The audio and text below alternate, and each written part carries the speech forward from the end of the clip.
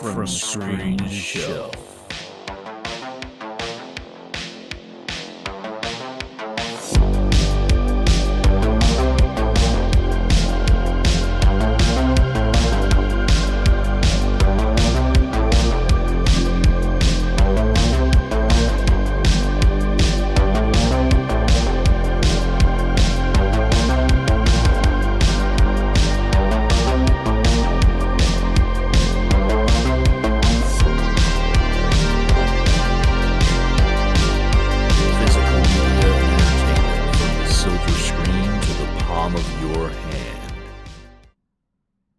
What is going on, everybody? Welcome back to a very special episode of From Screen to Shelf. Thank you, everybody, for listening and joining us. We are here, myself and Chase, joined by a very special guest. We are extremely proud and excited to be sitting here with the one and only Brad from TerraVision. Some of you know him in our Discord community. Some of you in the boutique Blu-ray community know him as Brad TV. So, Brad, thank you so much for joining us. How you doing, bud?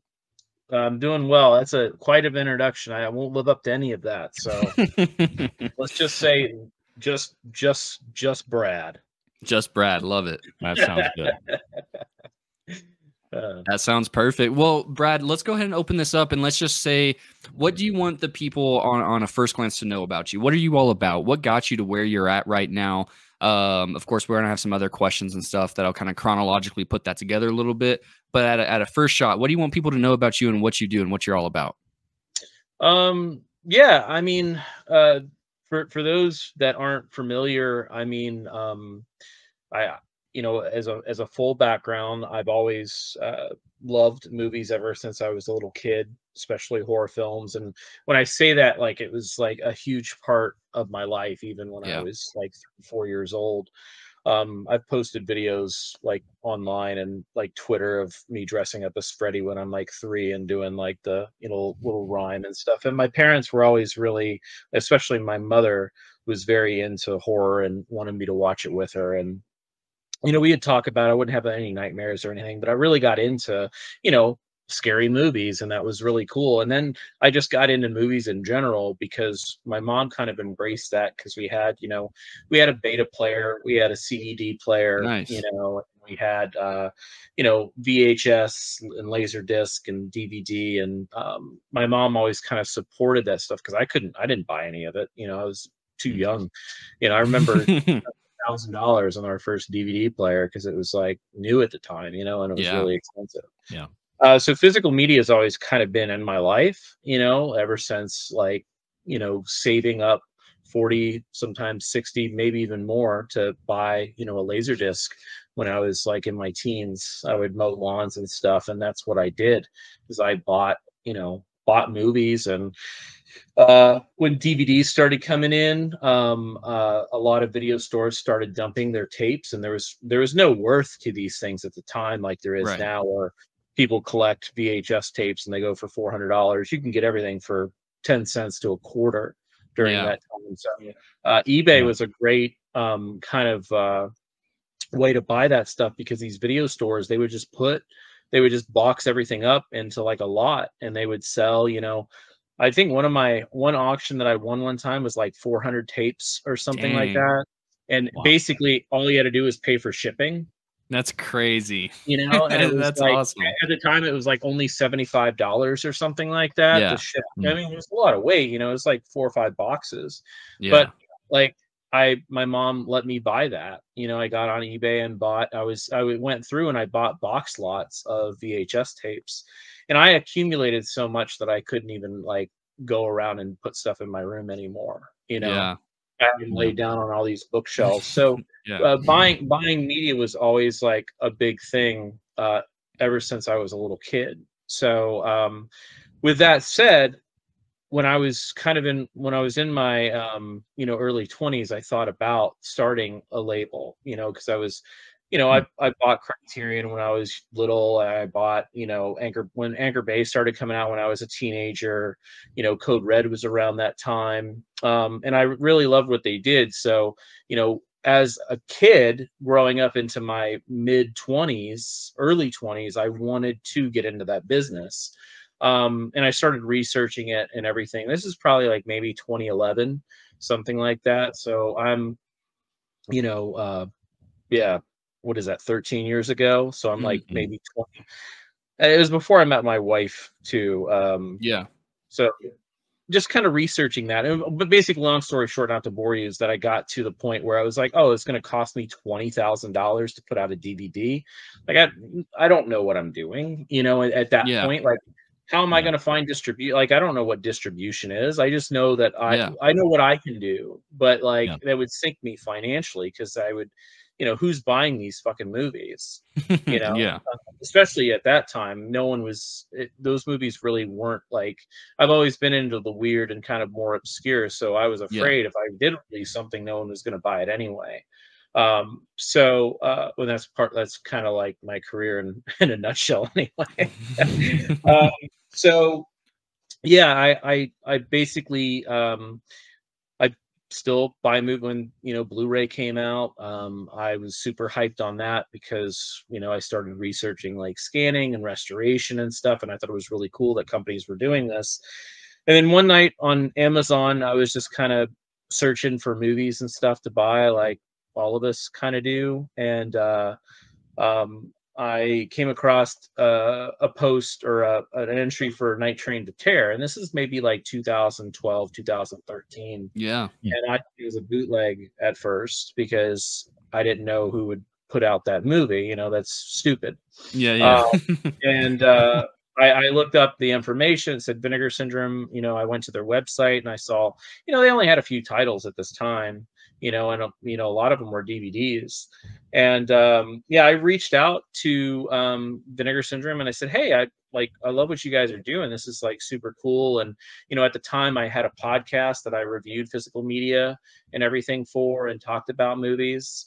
And I said, you know, I would love to, you know, review. And this is before like all these people started doing reviews like on Yeah. Yeah. YouTube, written reviews and whatnot.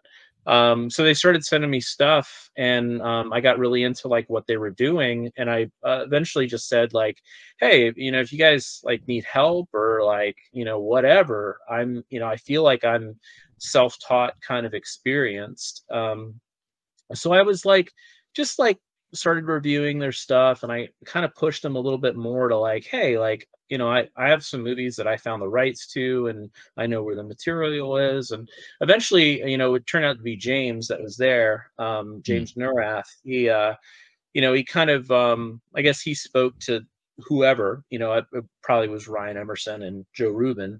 And they kind of came back and they said, sure, if you can find something and, you know, you think it's worthy, like basically, I don't think they believed me at first. For sure. Yeah. And like 3 days later, I came with 3 films with the rights and the material.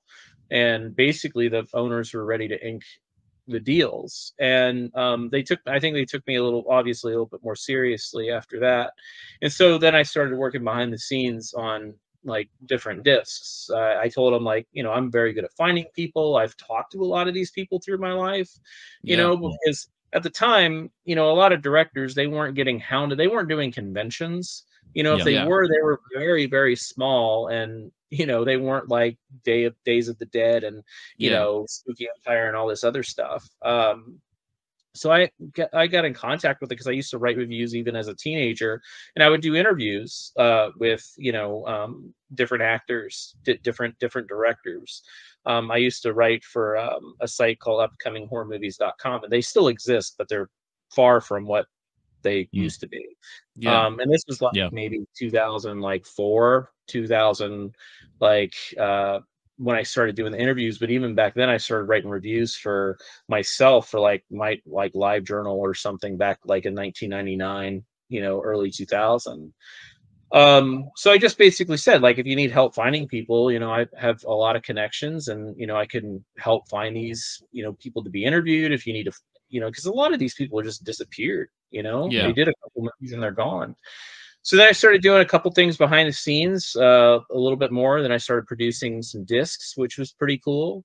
And then, yeah, eventually they just brought me in full time to produce the discs and do acquisitions, and that's what I did for several years at Vinegar Syndrome. And yeah, and then to kind of rewind a little bit, I worked at Wild Eye Releasing before Vinegar Syndrome hired me full time because I was just kind of freelance.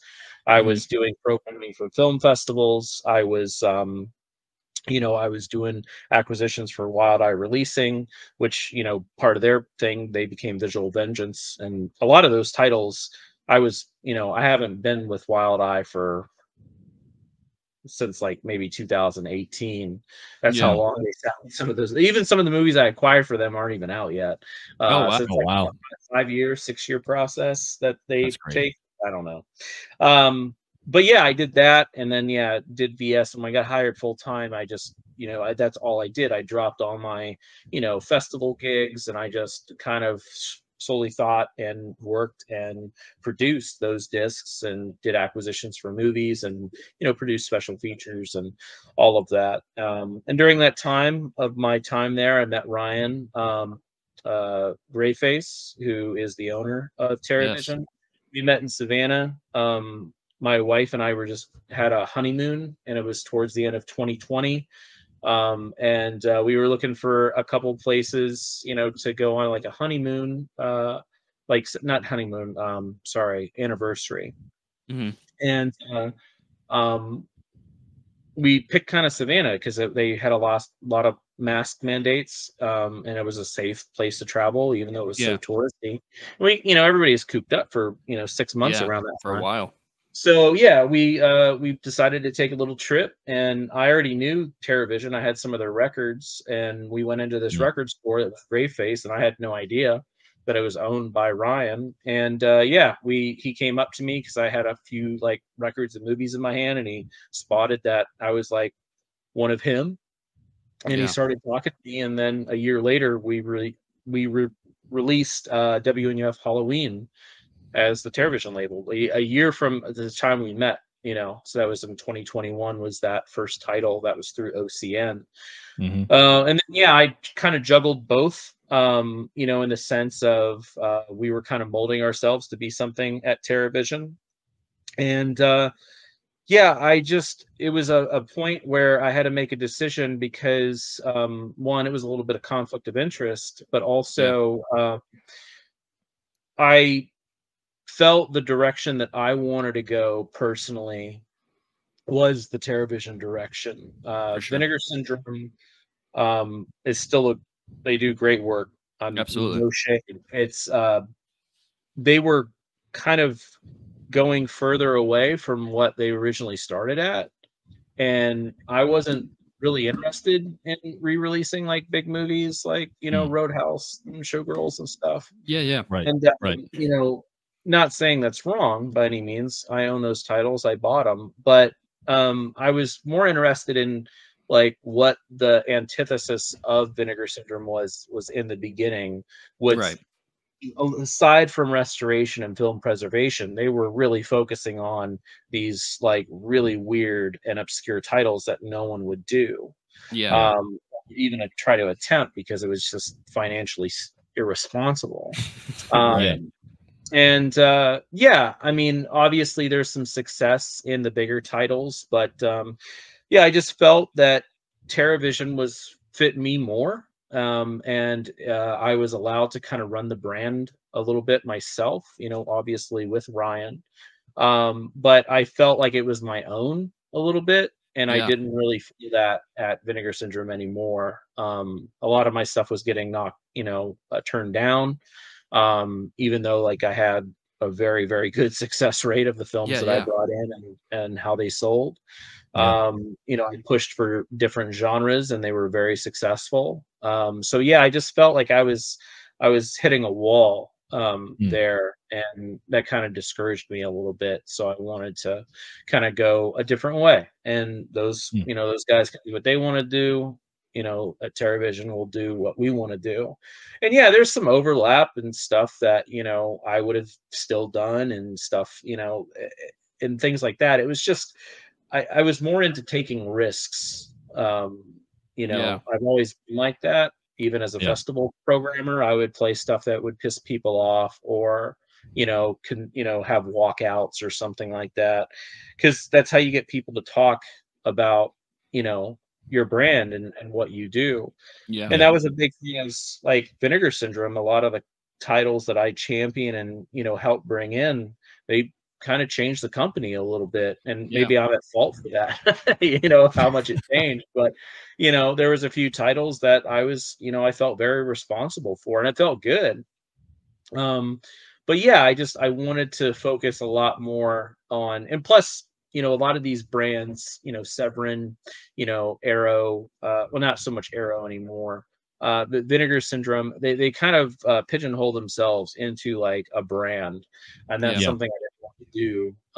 Especially with TerraVision, is I wanted to kind of have anything was possible. And I think the closest that we match to is someone like Severin, because they do older films, contemporary films, foreign films. They produce Yeah. their own stuff. And that's kind of what we're doing at TerraVision. It's just TerraVision, with now we also have the Gray Face line, which is going to focus more on indies and, dramas and non-genre films. That way I'm able to do like musicals and stuff that I really love to do, that we can't really do on the TerraVision label, because it's, weird, obscure, fringe cinema, horror, that type of thing. Yeah. So yeah, I'm excited about the Gray Face line, because we have a lot of, we have some big films that are coming, that, and again, I'm more interested in releasing stuff that's never really made that jump to Blu-ray or UHD. Like Skip, like they've been kind of stuck on DVD, or barely had a VHS release. Yeah. Yeah. So yeah, it's kind of what we're doing, and that took about 15 minutes to explain, but that's that in a nutshell. Hey, no, dude, that's all. that's quite a story, dude. Like, Yeah. you knocked a lot of our questions off the list too with that, which is fantastic though, because it's we great. We can kind of expand. I mean, I was trying to be absolutely. quick, because I tend to Oh, ramble. of course. No, we but, love it, man. Like I said, you ramble as long as you want. It's great. I mean, the listeners, like, feel like we love hearing that kind of stuff. It's so much better than the quick answers. Like, you went so in depth, and that's fantastic. Yeah. It's funny because Vinegar Syndrome and Chase, I think you'll agree with this too. Like, when I first heard of them, they were, or at least the way I interpreted them, they had that kind of rebellious, I guess, thing about them.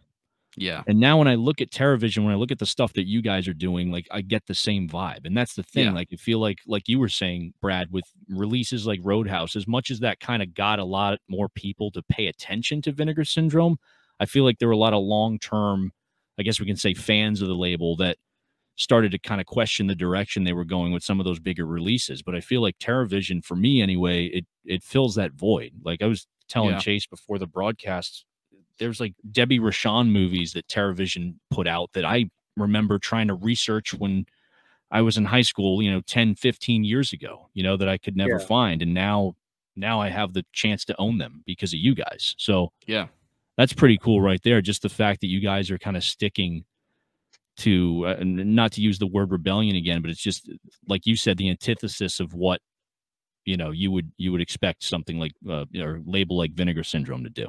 So I think you guys are doing a fantastic job with that. No, I appreciate that. Yeah, I mean, one of the goals for TerraVision was trying to recreate the video store a little bit with our label, and having like a large selection, and hopefully within 5 years of putting out titles, someone will own one copy of something we put out. Like everybody that buys physical media, and that would be like a big goal for me, whether it's one of the dramas we put out, or a musical, or whatever it may be. And we do have those bigger films coming. Like, we have some massive films that will probably have people scratching their heads and be like, what the fuck is this?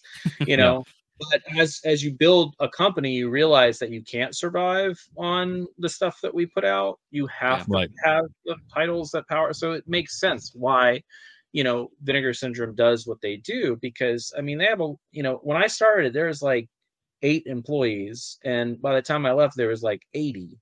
And wow. It was just way too corporate for me.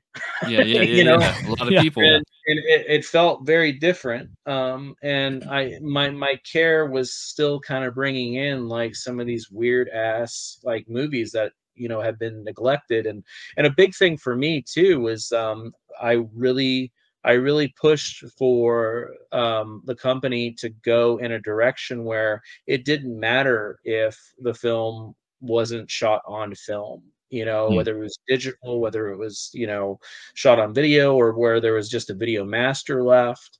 I pushed for that. I never won that battle, even though they ended up doing it later. Yeah. Yeah. You know, I pushed for that really hard, and it was something that I hated. It, you know, film preservation to me isn't just about the movies that have film elements. That's not what it's about. It's about taking whatever is available and, you Right. know, making a new master from that and prolonging the life of the movie. That's film preservation. You know, Yeah, if it has absolutely. film, great, but if it doesn't, who gives a fuck? You know, Yeah, let's try to absolutely. do the best, you know, possible thing we can. And you know, we've done that a few times with what, you know, we were, you know, given. And I feel like that they turned out great. And yeah, it's just like, you know, it's a very weird place to be in, Ryan and I's brain, because we'll talk, you know, Ryan and I talk every day, and it'll be for a couple, you know, sometimes a couple hours if he's not super slammed. Yeah. Because his backstory is crazier than mine. But yeah, we kind of have a different way that we look at how we want to run the brand and grow. Because yeah, I mean, we used to watch, you know, both him and I both basically grew up in video stores. And Mm. you know, I was lucky, I had multiple video stores, you know, from mom and pop places to, you know, Blockbuster and Movie Gallery, Hollywood Video. I had all of that around me. And Mm. so I was exposed to a lot of stuff. And yeah, you know, I like those big movies too, Yeah. you know, obviously. But yeah, we really wanted to kind of almost fuck with people. And yeah, you know, Mm. Severin kind of did it too when they released Overboard.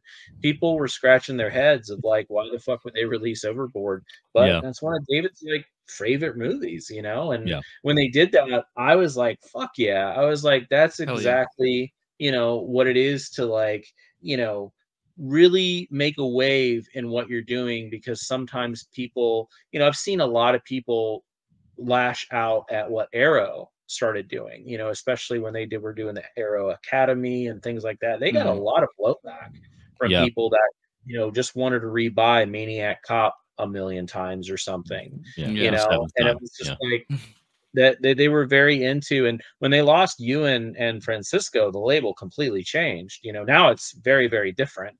You know, Yeah. Hut Group took over, and now it's just like, you know, huge film after huge film with some Asian films mixed in that they probably are kind of finishing off. And I Yeah. know Cliff is there now from Scream Factory. So maybe something will, you know, maybe they'll kind of go back to the roots a little bit. I mean, obviously with like Mute Witness, I think that Yeah. was probably part of that. So, Yeah. but I mean, that's what I like to do. I like, you know, I like to keep it kind of fluctuating and up and down. And I don't think a lot of people have taken TerrorVision seriously in the beginning because of the lowbrow stuff we've done, you know, and some of the contemporary films. But that's just kind of like building the catalog and trying to prepare for, you know, what is to come. And, you know, Absolutely. some of the stuff that we've been working, you know, several years on at this point, you know, because we're Wow. going to go into 2024, and we've, you know, some of the stuff we acquired and back in, you know, the end of 2021 and early 2022. Yeah. You know, and even more recently, you know, we've acquired probably over 400 films that we're sitting on that we haven't Oh put yeah. out yet. Wow. You know, Hell yeah. so it's a lot of like weird stuff, a lot of mainstream stuff. You know, huge. I mean, we obviously announced, you know, Big Top Pee Wee was one of our films that we announced not too long ago, Yep. as part of the Greyface line. And yeah, we're doing like a huge edition of that UHD, and several interviews, and it's going to be a huge. It's a very long process. I mean, we were trying to Yeah. get it out this year. I'm not sure if we'll manage. We're still going to try, but there's just a lot of work. And a lot of people from that movie are dead, so Mm. we're like kind Yeah. of left with, you know, just I mean, especially with Paul gone, like what do Yeah. you know, Yeah. what do you do? Yeah. What do you Um, do? Yeah. so yeah, we're working a lot behind the scenes of that. And we have, you know, we have, like I said, we have some big films like that that's coming, so it's pretty exciting. And I think maybe in a year we'll be up there with all these big boys and stuff. Hell yeah. Hey, but we got into Walmart no one can really say Hell yeah, that. man. So that's, Hell yeah. Yeah, that's something, man, for sure. that felt really good. That felt like we were very grown up at that Yeah. point. You Yeah. know, 'cause I know a lot of companies, they try and try. We had even a couple emails from other labels that, how the fuck did you manage to do that? Wow. And it's Yeah. like, you know, it's just, you know, it's a secret. Can't tell you. Sorry. You Absolutely. know, it was just a little. It was fun to do a little bit of a flex on that. You know, Yeah. and not to rub A it huge in anybody's milestone. face, Yeah, yeah. obviously. No, it's Pretty. huge, It was man. It pretty is. neat. You know, and it Yeah. did really well. And we have another one in September 10th. It'll be coming out. So Hell yeah. Hell yeah. We'll That'll be mark our awesome. calendars for that for sure. yeah. Well, Yeah. I mean, we're going to do a bigger special edition of it anyway. Cool. But it's kind of like Malum, you know, in a way. This won't be UHD, but the packaging, we're doing a kind of a more bigger deluxe set with a, you know, bound booklet, and, you know, I think there's a CD in there, and there's stickers and postcards and posters, and Damn. like it's one of those like thicker, like kind of The what LA full Arrow. slips. Yeah. Yeah. Like the LA full slips and stuff like that. Yeah.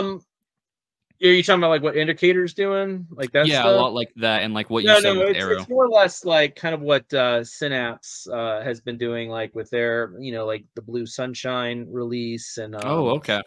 kind of like their you know, Phenomena, and those types of Yeah, things. yeah. Yeah, it's like Arrow as well. It's Yeah, kind yeah. of a mix. It's kind of a hybrid between what Synapse and Arrow's doing. So yeah, we have a few. We actually have like 3 out of 5 of those are going to be like super limited.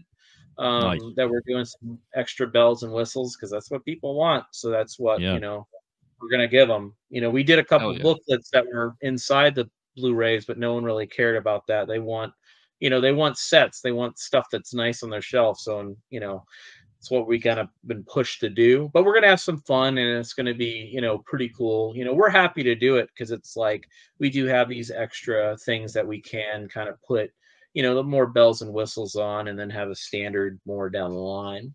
Yeah, no, it'll be exciting. So that should be like in maybe a week or so that we're gonna have our next round of announcements, we hope. So we'll see. Awesome. Heck yeah. That's really eventful stuff. I was curious as you were reminiscing and going down to the roots and saying about like how you had all these VHSs and not enough to really like hold into your room. So I was curious back then, whether it was VHS or DVD, out of everything that you had and what you were accruing, what was the one thing you rewatched the absolute most out of everything that you had? I feel like most of us had that one movie. Just a movie? Yeah.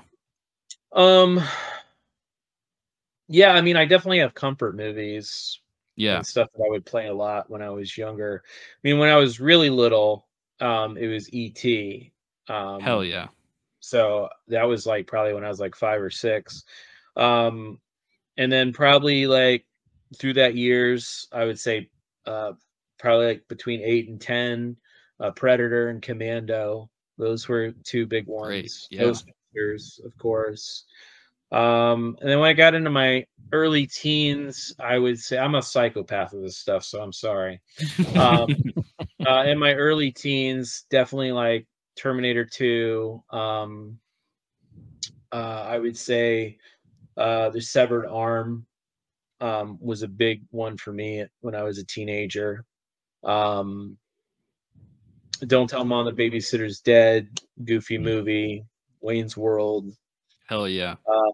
I know these are probably boring answers. No, they're all great.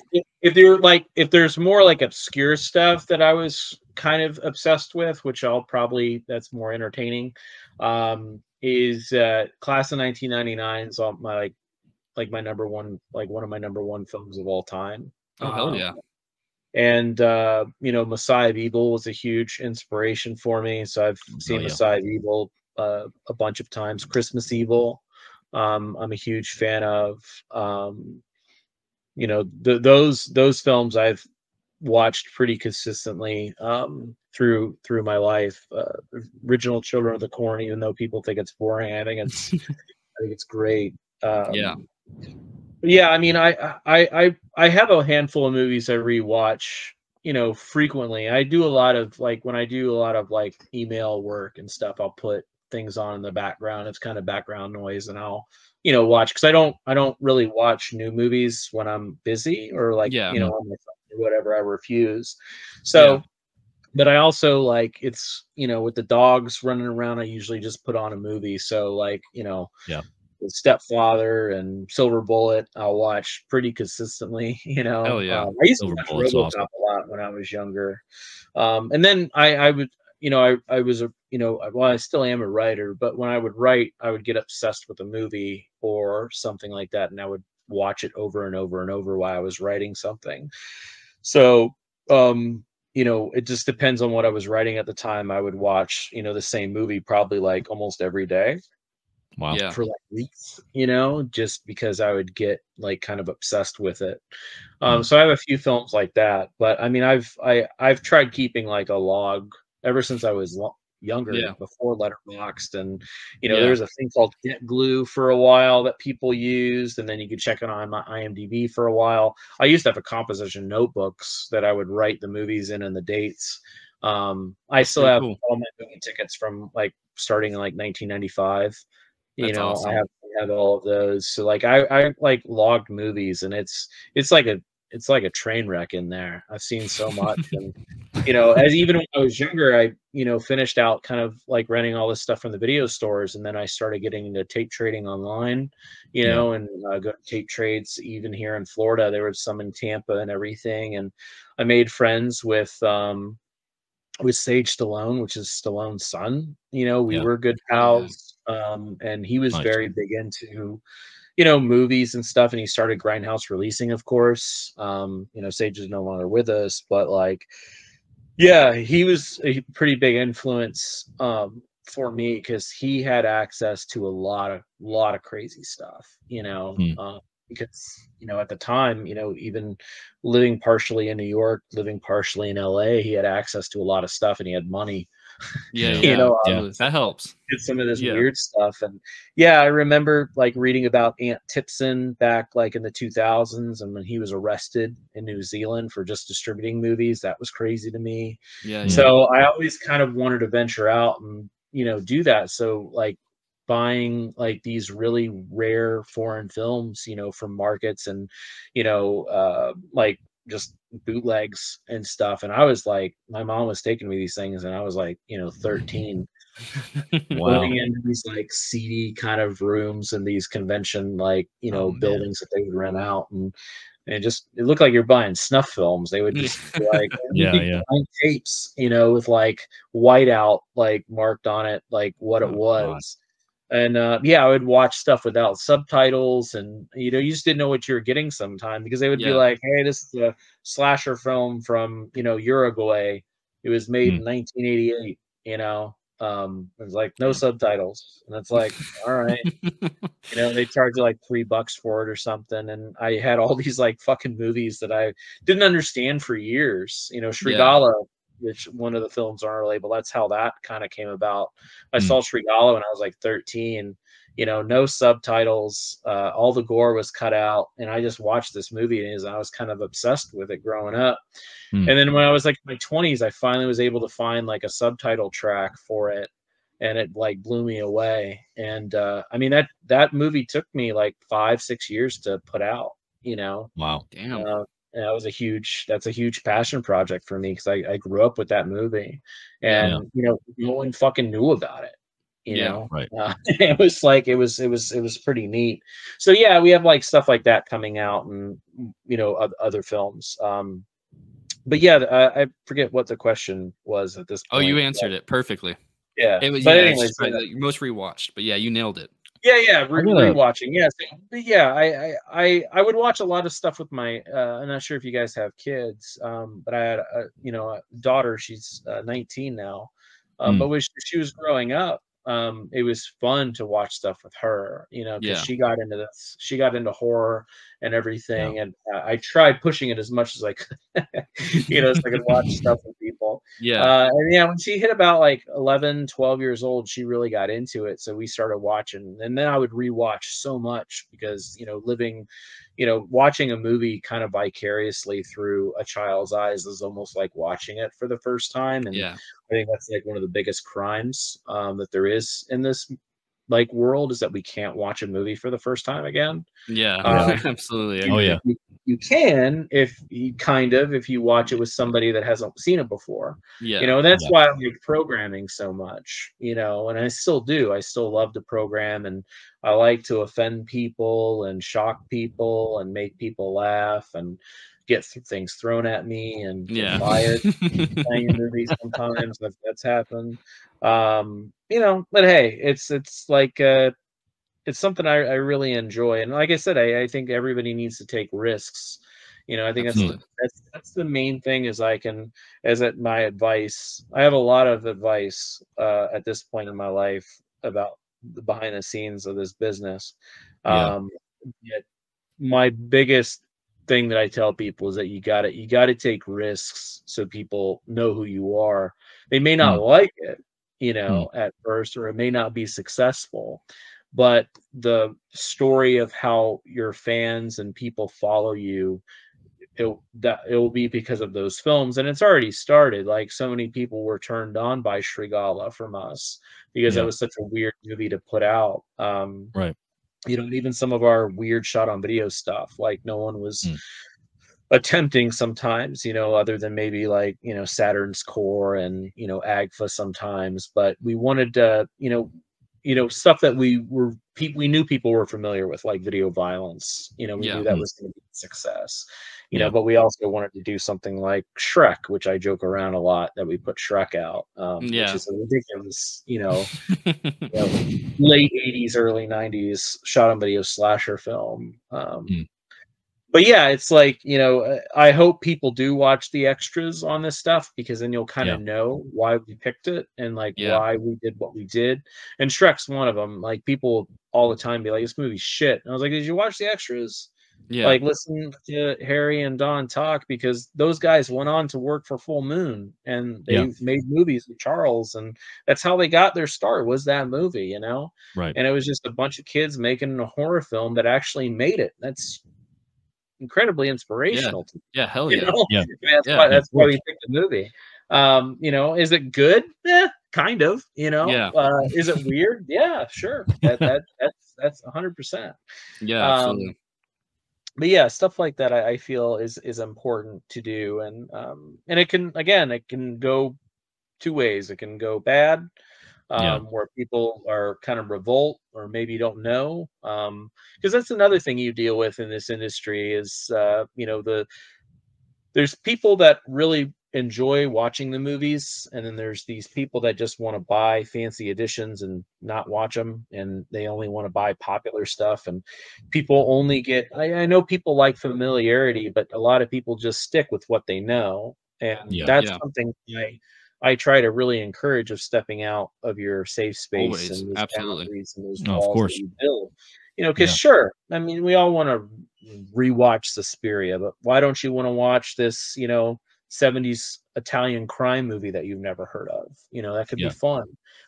And you kind of learn that as you grow as a programmer, sometimes even at festivals. And Janet Pearson at South by Southwest one time said, during one of her speeches, she's a wonderful woman, wonderful programmer. I'm sad that she sat down, or stepped down from lead program. And she was, she did it for years. Absolutely. She said, you haven't seen your favorite movie yet. And I Mm. was like, man, that's so fucking true. That's Yeah. powerful. Yeah. I was like, it's absolutely, give things a chance because you haven't seen your favorite movie yet. And I was like, and using that, I was like, that's why I have to watch this. This could be my favorite movie. This could Yeah. change my life. And so I've Yeah. always been eager to, watch new films, and give things a chance, because, that I've always thought that was a very powerful thing that she said. So Yeah. Yeah. Yeah, that's That's awesome, wonderful. I actually, while talking about like acquisitions and stuff like that, I think this is a great question to kind of more or less educate people on the exact process with as much as you can share. But there's sometimes some of these labels specifically, like they'll actually full on just buy the film and stuff, and which you had kind of dabbled on a little bit earlier. So whenever you're going around and you're interested in, based on what I understand, sometimes you'll get a palette of 10, 20 movies. Some of them are usable. Some of them are just empty film cans from like private collectors. How do you approach what you're actually buying the IP for versus just the distribution rights to put it out on physical media? Like, Yeah. how does that go about, and what's the process more or less like in the grand scheme, if that makes sense? I mean, I can speak for TerraVision. Yeah, absolutely. Of kind of how I do things is I never do any package deals or anything like that. I don't want to release something that I'm not behind. So Absolutely. anything that's in our catalog is stuff that we've hand chose and wanted to do. Sometimes like it's given to us and like, hey, here's a movie. Do you like it? Yeah. And that kind of happened with Malum, which I didn't actually want to watch at first because I didn't like Last Shift. Oh, wow. Yeah. So, when I was like, what the fuck? They remade their own movie. This is weird. Yeah. Yeah. And so like, I put it on and I was like, man, these special effects are fucking gnarly. Awesome. It's like the scares are really good. The cinematography is really good. That Jessica girl, the lead, she's fucking great. She's awesome. I was like, man, there's so many cool things about this movie. I was like, yeah, we could totally, do this. And we wanted, and I partially, 80% was it because we liked the movie, maybe a 20% just to be transparent and honest. We knew it was going to be successful. Absolutely. Because of, so it was kind of a smart acquisition, and it really kind of took off, and that was our Walmart movie. So that was kind of huge.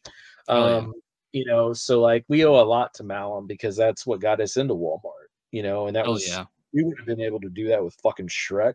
Yeah. Yeah. So like, biggest return in Walmart history is that movie. But Malum was very successful. So to go back to your question is that we'll research kind of where the rights go. So like Ryan and I will kind of powwow and sometimes I'll just think of a movie and I'm like, oh shit, this fucking movie I saw when I was younger, like what's going on with that? Try to find out, like, is it owned by a studio? Is it owned by the producer? Try to, go there from, looking at the copyright office, talking with, a lawyer and stuff like that and going after, finding out who owns it, contacting that producer. Is that producer fucking alive? Who knows? Because a lot of these people are dead. So it's next of kin. It's maybe a wife or a brother, sister, or maybe their kids. They don't even know they own the movie sometimes, then you have to find elements. If you're lucky, your rights and your elements are in the same place with the owner.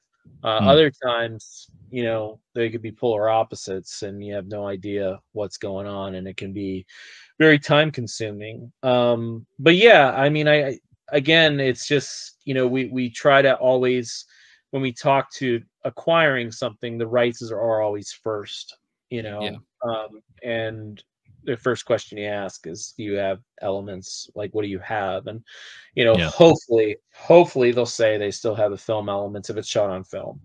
If it's shot on video, hopefully they have some type of master, so that, because it's going to be better than what a release tape is, what they put in the video store at the time.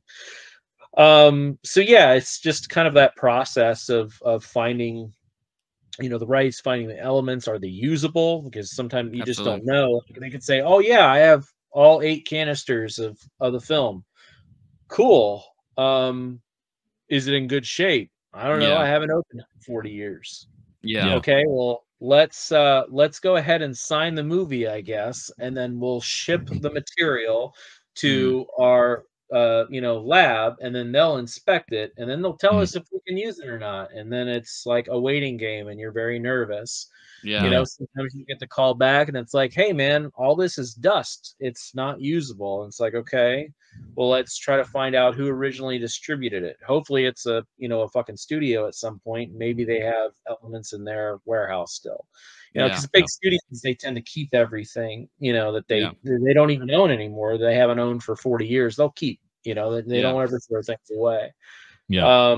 But sometimes, you know, with these labs that kind of went belly up, you know, in the kind of the early 2000s, and you know, film restoration and preservation wasn't always a thing. It's kind of started in like 2006 with Yeah. like companies and studios. So like a lot of things were just thrown away. No one ever thought DVD was going to be a thing, you know. So Yeah. they started throwing this stuff out in the fucking 80s and 90s, Yeah. you know.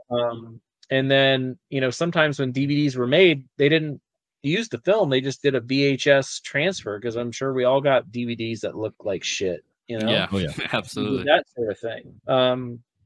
So then, yeah, no one knew that it's going to be like Blu-rays and UHDs and shit like that.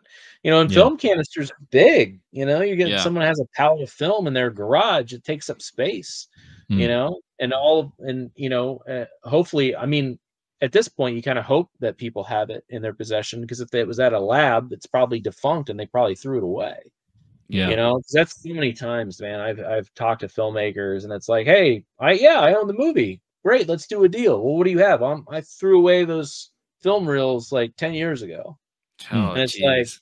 Wow. it's like, shit, crazy. man. Like Yeah. that like, it's such a heavy hit, because it's like, oh shit, we're actually never gonna get a high definition copy of this movie at this point. You know, Yeah. Yeah. that's kind of like our City Lights titles that we've done. We've done Hollow Gate and Newly Dead so far. You know, those were shot on 16 millimeter. They were edited on tape, and then they just threw away the negatives after the process, Oh, wow. because you know they edited it on tape, so their reels weren't even edited. They probably had 30-40 reels of film that they transferred to tape and edited on tape, and then they never edited their negative to what, you know, could be, you know, 4-6 reels, whatever it may be. Mhm. It would be 16, so it'd probably be 8 at that time. Yeah. So yeah, they don't have 8 reels of film. They had 32, and then they disposed of it all, because who's going to hold on to 32 reels of film? You know, they Right. don't have the money to put the negative. You know, they just edited on tape, which is a process, you know. And it's like, so none of that City Lights stuff, you know, I searched up and down, you know, even studios, calling studios. The only place that I didn't get an answer from is that somehow I think maybe that stuff ended up at DreamWorks, and DreamWorks will not let you have anything, even if you have the rights. Oh, They wow. won't speak to you. Wow. That's So, crazy. Interesting. Very yeah. interesting. Unless you want to get a lawyer and fucking fight, which they're going to win because they're $1 billion company. Like, Yeah. Yeah. good luck. Right. So, Yeah. but you know, they could be there. Who knows? That's the thing, is like a lot of this stuff is in public information, you know. So it's Yeah. a little Right. it's very taxing, because you know you want to get the best possible version of a movie out, because there's been movies that have been released that, you know, companies will say that, you know, the negative's gone. Well, that's not true. You know, they maybe just didn't know or didn't do the research. You know, there's some Blu-rays out there where I'm like, and the negative, I know where it is, but you did a shitty DVD or a Blu-ray of it. Like, Yeah. just, Yeah. you know, I mean, it's probably not their fault. I don't know. I don't know if they did the research or not.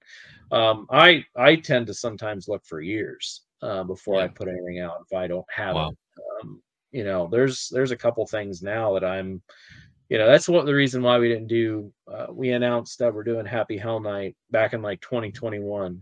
And we're still doing it. It was just that when we were doing the interviews, the actors and like the makeup guy said, it was like, oh yeah, we made this movie and then we reshot it all. And I was like, what are you talking about? They're like, we made this movie. It was called Blood Rush. And then they didn't like the movie, so they hired everybody back. And, you know, some people came back, some people didn't. And we made this other movie called Happy Hell Night. And I was like, well, I want the other movie too. You know, like, Yeah. that's a lost like media. So, you know, we Yeah. spent, you know, I looked for that for like still like 3 years, you Yeah. know, and it was made in Macedonia. So like you know, Well, Macedonia has a great film archive and they don't throw away anything. But they didn't have it. So not that I didn't think it was, because it was made for American audiences, so they would have brought everything back here. But I was just hoping that somehow something ended up in like Czechoslovakia or Yeah. Poland or something like that. And all these countries have wonderful film restoration and preservation. They've been doing it for years, because most of your films, unlike the US, even in Canada, they're funded by the government. So the government holds, state and art, so they can control, and they kept the material. Like, there's hardly any foreign films that were materials gone, because the government typically kind of stepped in and they have access to it, or it's at an actual real film archive, and has been for 50 years. So that's really neat, when you deal with European stuff, they typically always have material.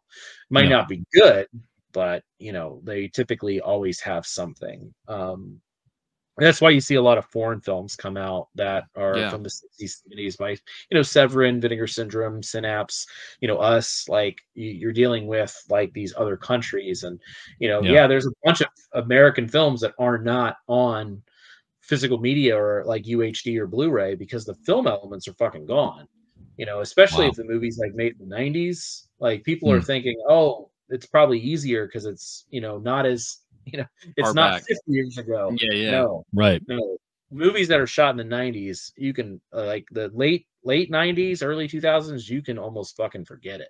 Like, oh man, unless it's played theatrically and played at a lot of cinemas, you may be able to find a print. But like, it's so like, and especially if it went to video, like, there's hardly a chance that you're going to find elements for it, because they've been disposed of or at a lab that went belly up. Wow. And that's also around the time it transitioned to digital a lot, right? So now you're looking for a file. Yeah. And it's kind of like where you edit on video. They were editing digitally, so they would scan the film and then just pick the parts that they want, and then toss the reel to the other side. Again, I'm not in a negative. And then they didn't keep it because they kind of sometimes had like an HD image, 720p at the time, maybe.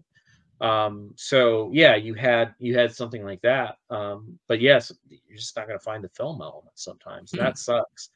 And there's a bunch of like 2000s films that I would love to do. And we still will do, but it's just that there's a few things that, like American Nightmare, you mentioned Debbie Rochon. Like, American Nightmare was shot in film, but John had the film scanned back like when DVDs were being done, and he had like a 720p version of that movie from the 16, and then that company destroyed the negative, so it's gone. And that was his own version. Man. So like, either you get the version that we put out, or you just don't get it at all, or you don't buy anything. The whole, 2002 DVD of it, which our version does look better. It is upscaled, but that was just to get a more, filmic look to the movie, which I don't think hurts it by any means. I think it still looks really good.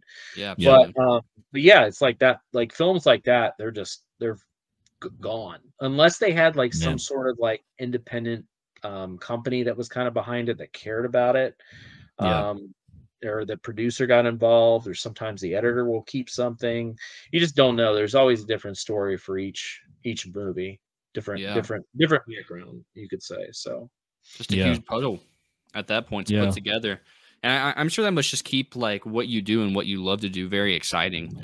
Just always changing up the rhythm and the rhyme to a degree. It must always be something new, a different way of going about every single challenge that's at hand. So that sounds super exhausting and rewarding at the same time, because whenever it comes to responsibilities like what you've described and everything like that, it must be super rewarding. Like, I believe it was Shrek was one of them.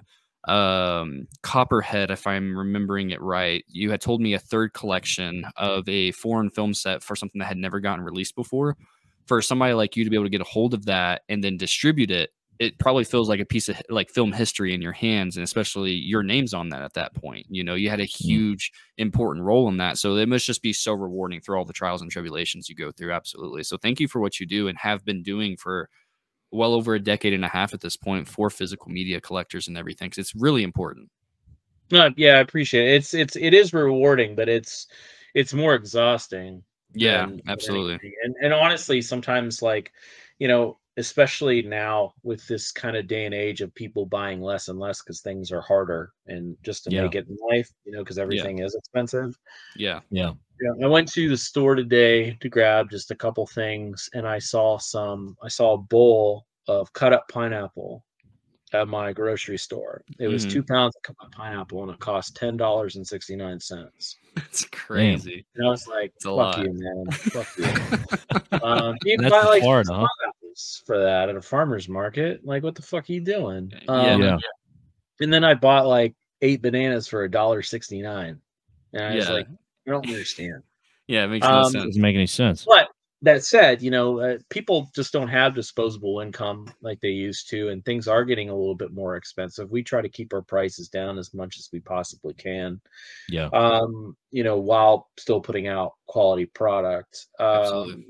But yeah, it's getting harder because you are, you know, you do have so many, like, the industry's changed a lot to where it's frustrating because like a lot of things are just based around sales.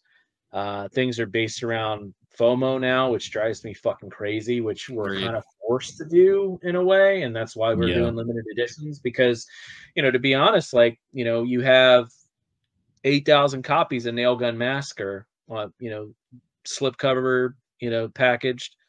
Okay, that's cool. I want to pick that up. But Arrow's doing this thing where there's only 1,500 made. Vinegar Syndrome's doing this. I know it's going to sell out. You know, oh, Optia's out by Severin. You know, oh, this limited edition that I wanted a couple months ago is getting down to a few. Let me buy all of this.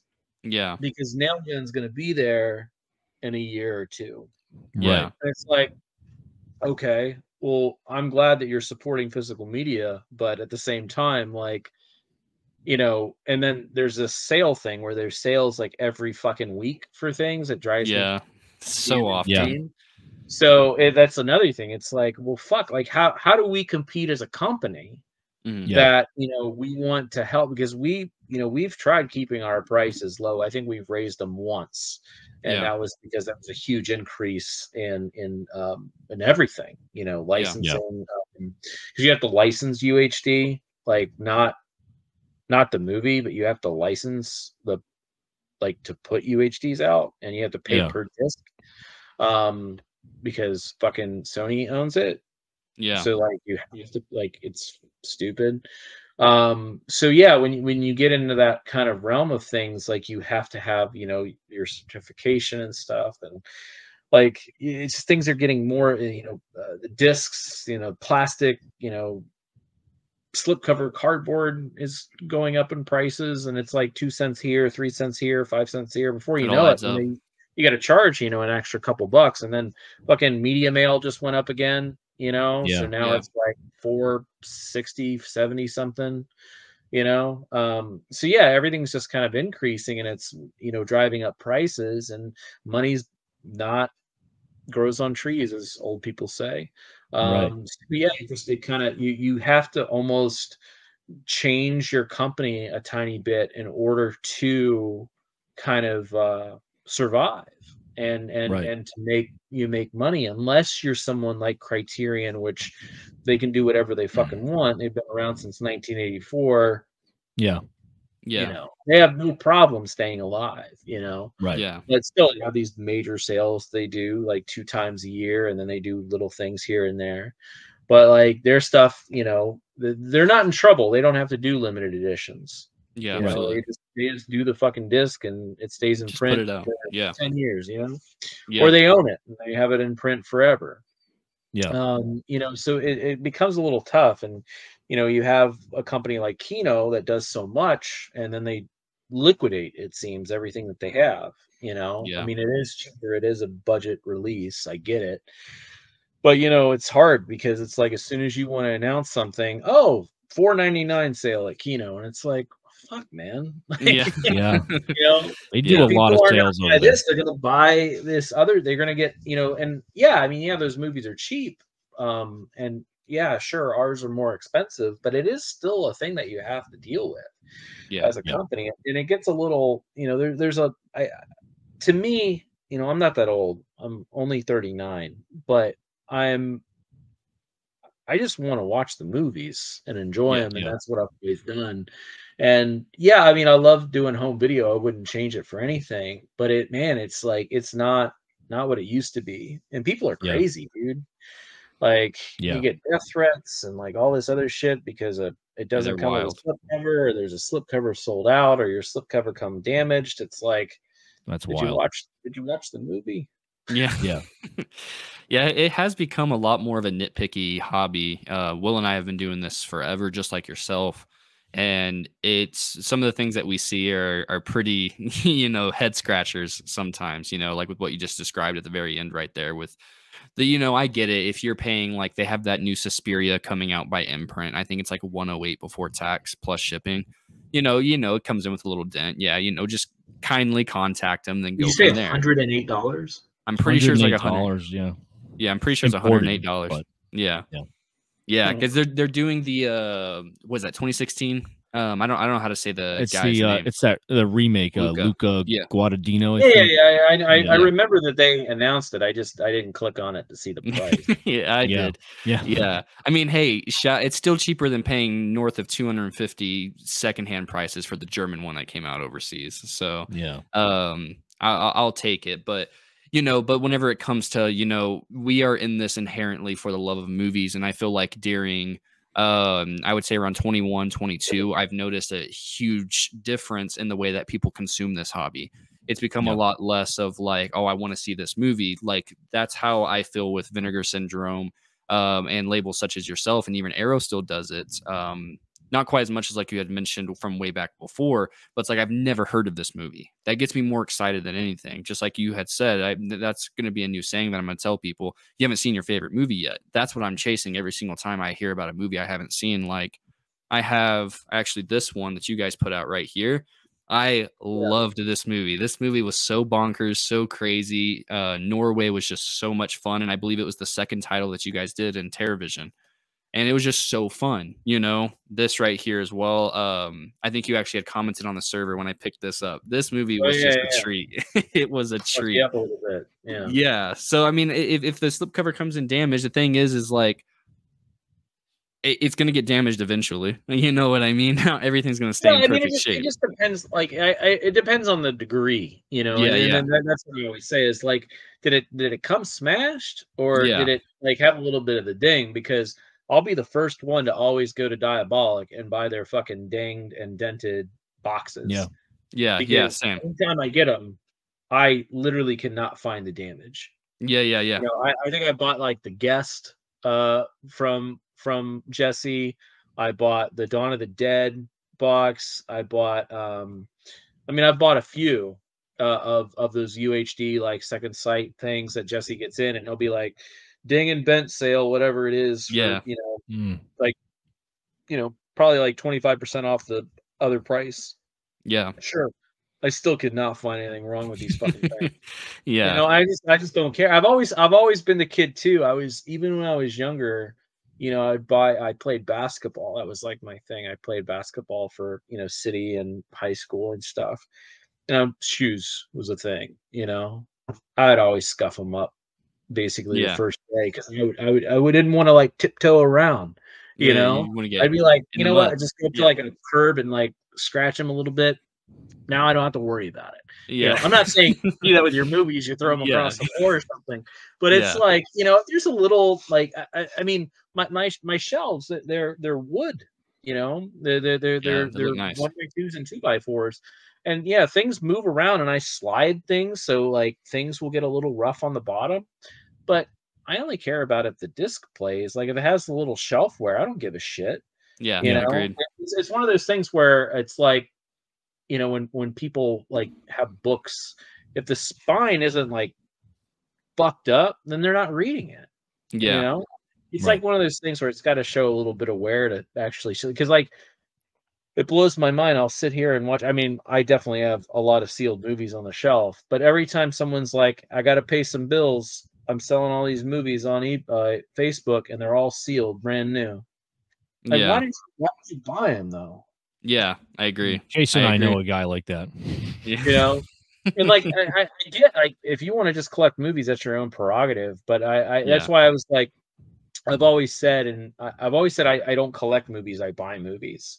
I don't consider any of this a collection. It's not stamps, I open them up. I watch them. Again, a lot of stuff is sealed, but it's sealed because I haven't watched it again. Because I grew up on the movie. I've seen it 100 times.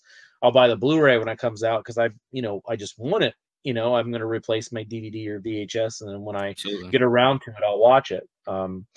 Yeah, it's like, I don't see the point of buying stuff and just putting it, especially if you haven't seen the movie.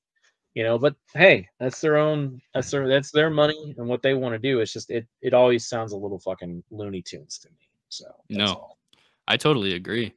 And Will, I know you've gotten worse with the FOMO mentality. I think that's gotten worse in the last few years because I, at least amongst the people I know, like it was never like that before. Like now it's just to have it, just in case. And I won't watch it. I'll just leave it in the shrink wrap. And then, like you said, I got to pay some bills down the road.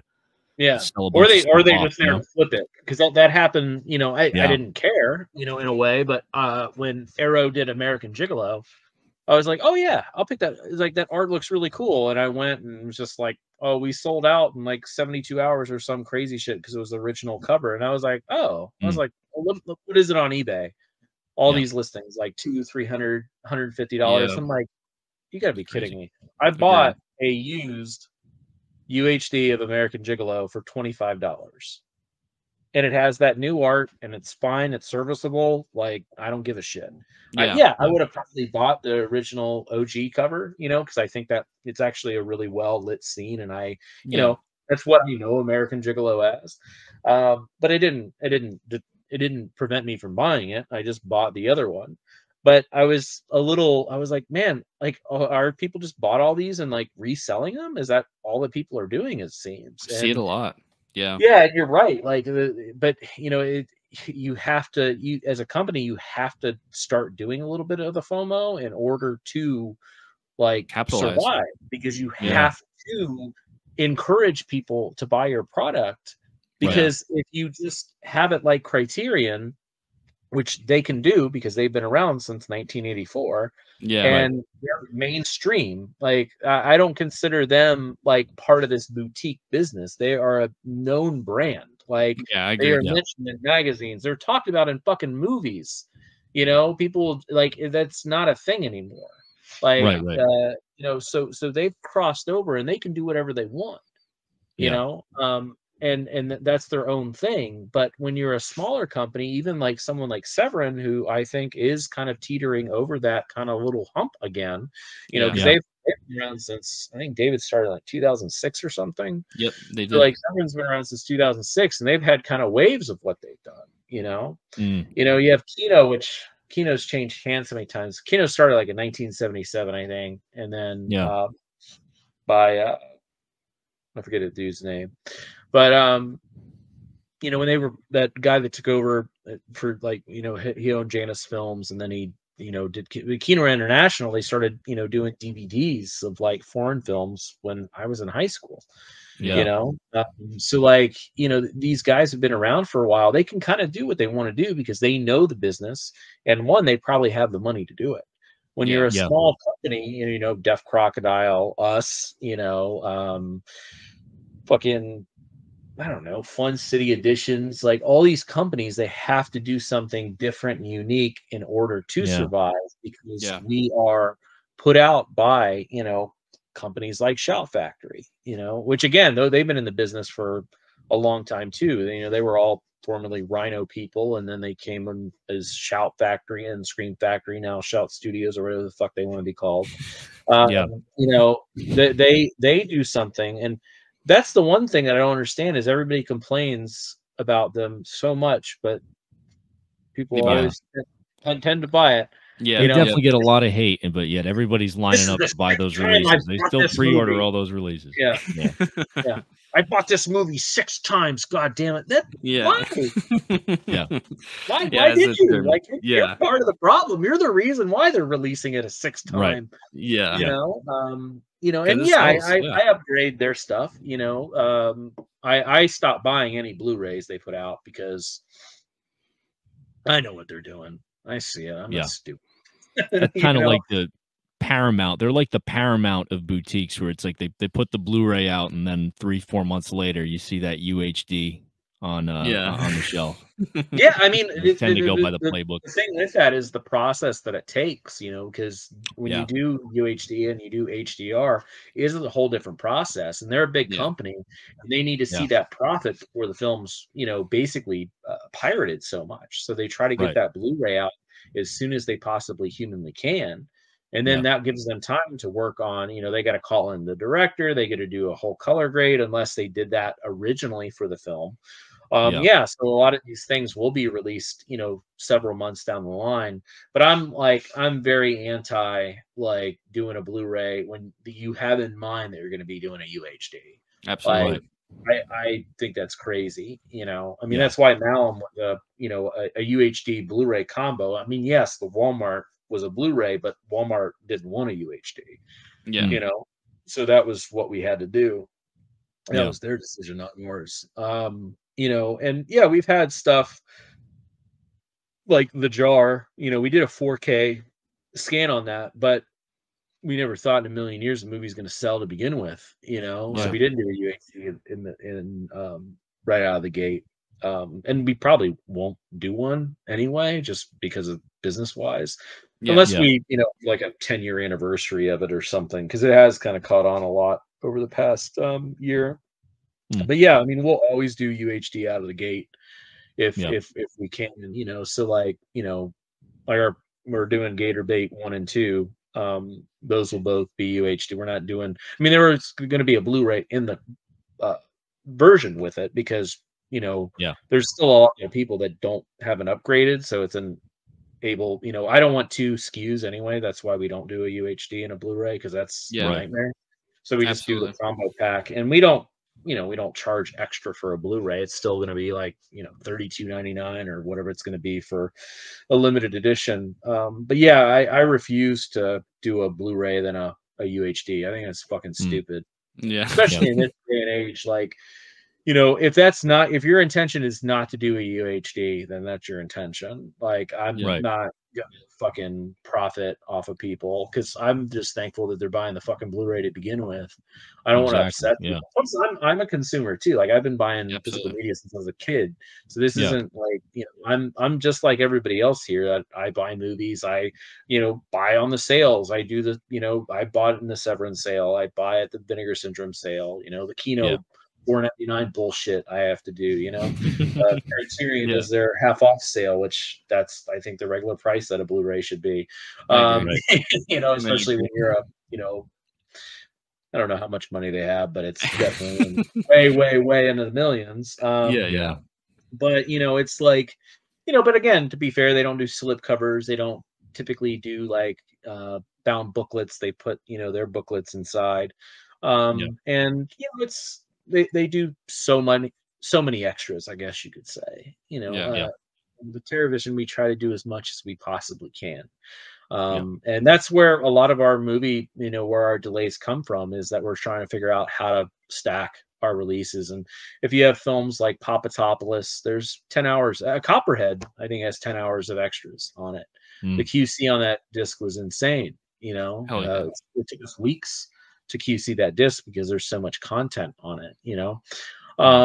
So we always try to really go above and beyond with the extras, because again, it's a little bit of a flex, and it just shows that, you know, our product is just as valuable. But we're also trying to keep a moderate price, but we can do a little bit better than everybody else. Absolutely. You know? And we and I think we'll get that kind of, as time goes on, we'll probably get noticed for that a little bit more. Because again, I don't think a lot of people know who the fuck we are. You know, we haven't kind of crossed over, especially in that, you know, people that buy Vinegar Syndrome and Severin pretty, you know, an Arrow pretty, like, almost every week. We're not in their atmosphere yet, and I understand. Like, you know, we haven't really had too many crossover titles, is what I personally call them. You know, I was responsible for a lot of, I considered, like, as again, crossover titles like a Vinegar Syndrome. You know, I Yeah. kind of pushed for a lot of that stuff because I knew that they were going to do well in our community, but I also knew they were going to do well in other communities that didn't know who Vinegar Yeah. Syndrome was. And Yeah. one of those was, you know, Tammy the T-Rex. You know, when Tammy Oh, the yeah. T-Rex came Hell yeah. about, you know, they were like, we don't know if we want to do this. And I was like, yes, we need to do this. This is going to be a title that's going to get us on the map. You know, Yeah. I was like, it's hilarious. It's ridiculous. It's not a good movie, but it's fucking Yeah. hilarious. You know, It's It's got awesome. star power to it.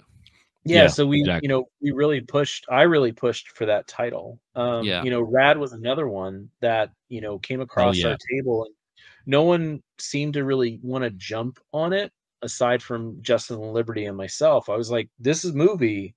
We will gain a whole different fan base, probably. Yeah, you will. Yeah. And that's And exactly what happened. and that's exactly what happened. You know, Yeah. Beastmaster was like that. So we had some Yeah. crossover titles like that. And you know, I guess again, you kind of eat yourself when, you know, you do that. But again, that's how you have to survive. We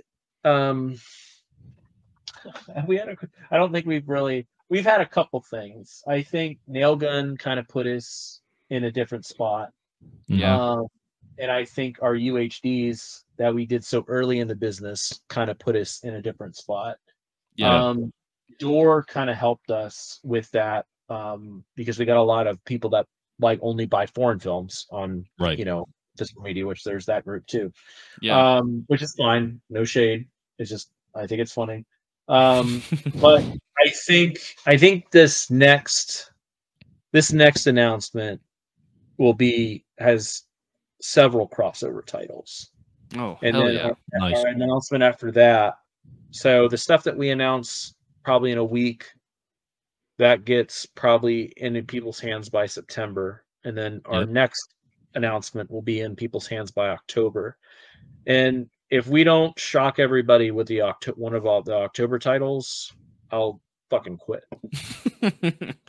October's always huge. Will and I were just Yeah. talking about that a couple hours ago. Like, we're not far away from where most people, like that 60-day window where we start hearing about October trickling in titles.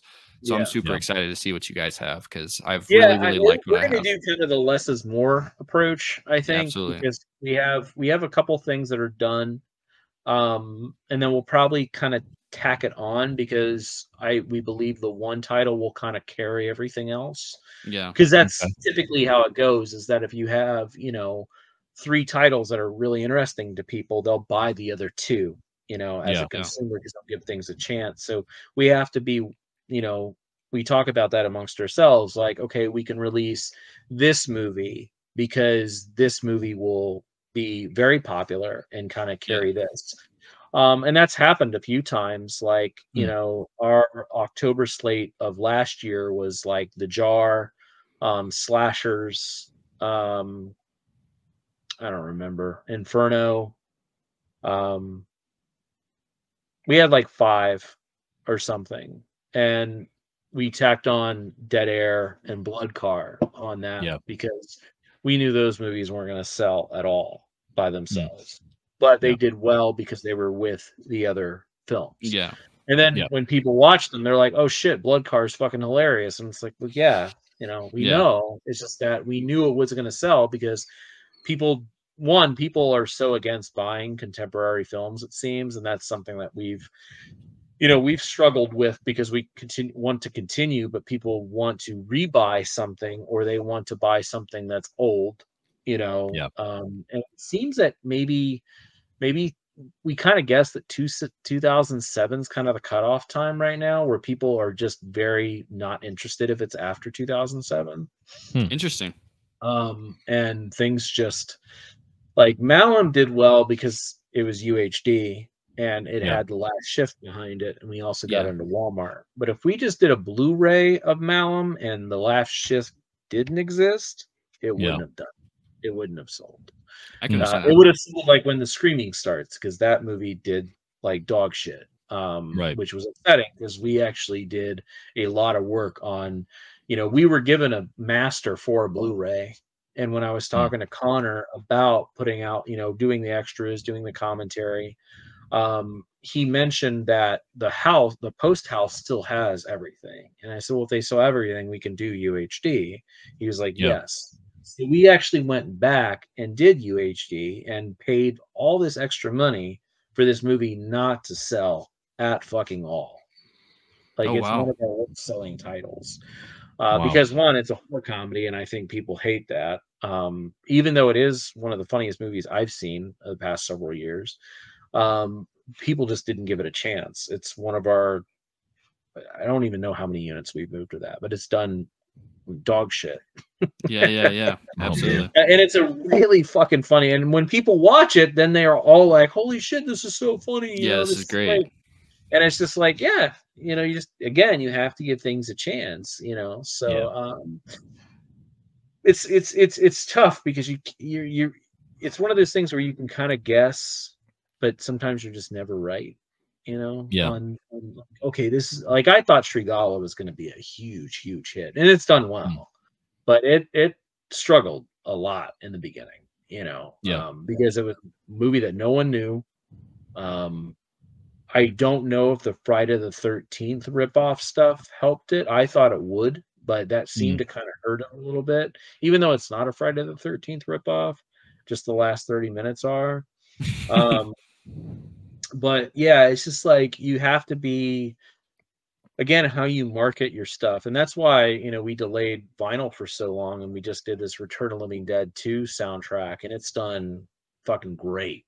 So Hell good. yeah. But we had a that's completely different approach when we marketed that. You know, we actually didn't market it. That was the kind of the funny thing.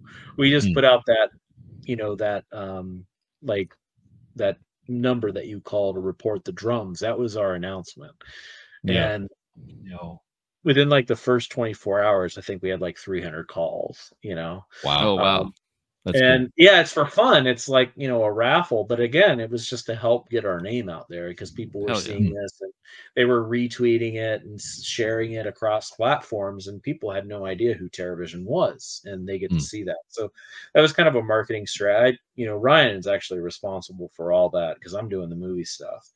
But Return of the Living Dead 2, you know, we were struggling to sell vinyl. You know, that was a lot of like, who just closed up? Someone just stopped. Oh, like a recent place, Grindhouse Video shut down their store at the end of last year, if that's what you're talking Yeah, about. I mean, that was, I know why Mike did that. It wasn't because they were doing bad. It was a more logistical thing. Yeah. But a record label shut down. They shut down completely because vinyl's not selling right now. And so they liquidated everything, and then they're done. I'm drawing a blank of who it is. It was one of the Wasn't like Waxwork or anybody like that. No. Waxwork still does theirs. Enjoy the Ride still does theirs. You know, but anyways, this company, and I was just like, I get it, you know. And Mondo just did that mystery box thing where if you spent like $150, you got a box of like 6 records or some shit. Yeah. Our Monster Squad record was in there, and they would have bought that wholesale of like at $35 or something. That's crazy. They were just kind of giving it away. You know, we made the money, but Yeah. that just shows like they're not moving things. And you Yeah. know, that's why, you know, Ryan was putting out vinyl pretty consistently, and then this year we just kind of slowed down. Monster Squad was the big wake up call, because he had, you know, TerraVision had, this is before I started with Ryan, his Unsolved Mysteries album did huge number, it did wonderful, you know. Hell yeah. Lots of sales. Freddy's Nightmares did huge. It was, you know, he sold out of everything, I think, in 72 hours. And so the next big one was supposed to be Monster Squad. And I've never seen anything just that sold worse than When the Screaming Starts. You know? Oh, wow. And we thought that everybody, like, you know, but again, it was a kind of a re-release, because they did, you know, Mondo did a version of it, you know, like 3 or 4 years ago, but it was missing songs. And so we did a more complete, you know, triple LP, and just no one fucking cared about it. Interesting. So well, yeah, that's a pretty big movie. Yeah. Yeah. So that was a huge wake up call for us. So we had, you know, There's Something Out There was the vinyl record that we did a few months ago, and that did whatever. But yeah, Return of the Living Dead 2 seems to really catch on, but it's familiar. People know Yeah. the film, you know, that even if they Yeah. don't really care for the soundtrack, you know, that engagement with that type of heavy title, it kind of Right. carries, you know, so that's been pretty good. And we have another record coming out in October of a big movie. And I'm very, very excited, very, very, very excited about it. We'll see how that does. That will be a crossover vinyl title, I think, that the normal person will pick up because it's such a massive movie. Well, Oh yeah. popular. We'll just say that. Yeah. It's not, but Yeah. it's on the lips of people's mouths. We'll just say that. Absolutely. Yeah, that's very fair. What other questions did you have for him, Will? Well, we still got a little bit more time. I was going to take it back, Brad. You were talking about some titles, and you know it's disheartening to know how much stuff's been just thrown out that's unattainable now. Is there one film that you would dream of putting out that's no longer an option? Just out of curiosity, anything that you really were good like one. seeking out, or something you had looked for and couldn't find? Any, you know, just one that really stood out to you that you would want to put out that's no longer with us. Yeah, in I that mean, context. if I'll answer your question, but I'll reverse it. It's more or less if the rights are not available, because I could still do it with whatever elements. I could do it with a videotape if I really wanted Yeah. to. So it's not releasable. Right. But as far as like rights, when I know something's lost, I don't know. I would need some time. I think a movie that I don't think will ever get released because of music rights. And I would love to do this movie so much, but the Lemon Popsicle movies. I don't think Lemon Popsicle will ever see the light of day because the first movie has like 30 licensed songs and they've all been Yeah. expired. So you'd have to go through and each one of those songs would need to be relicensed. And by the time you incorporate that with lawyer fees and legal fees and Just processing, not and worth like, it. Yeah. Yeah, it's not you know, worth it's it. just not gonna happen. So sadly, I don't think that film will, I mean, for the US at least, won't get a release. Now, in its home country, sure, because they may have licensed the movie, the the music rights differently. I don't know.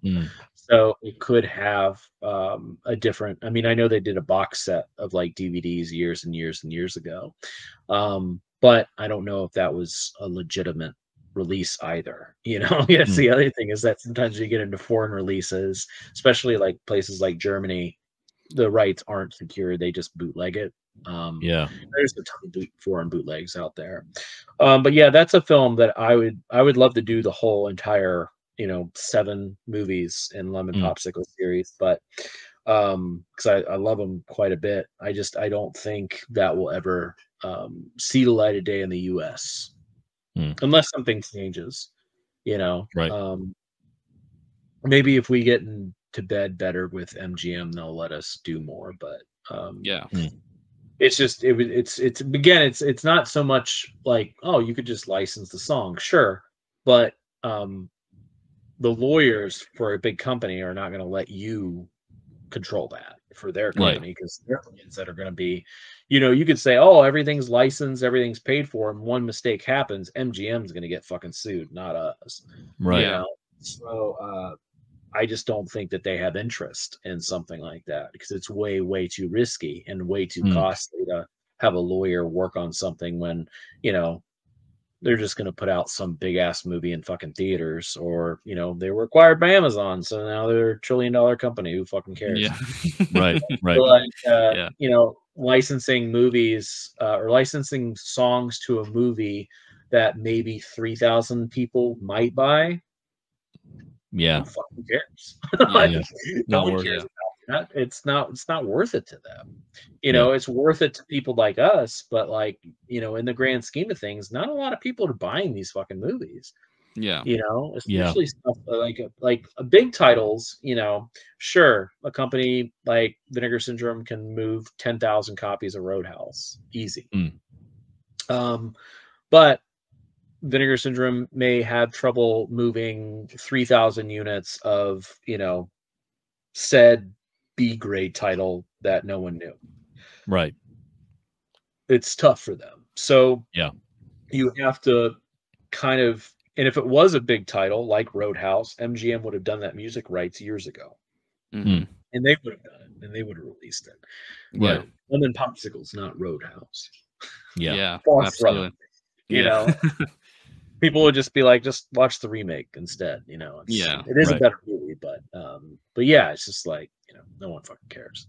Yeah. So that answers your question. I mean, I always get really disappointed with rights. You know, that's something like, or with Elements, to answer your question in a way, like, Mm. you know, Rocktober Blood is a big one that we've acquired, and you know, we're trying to put out. And Yeah. you know, the film elements for that they're known. The negatives are known to be destroyed.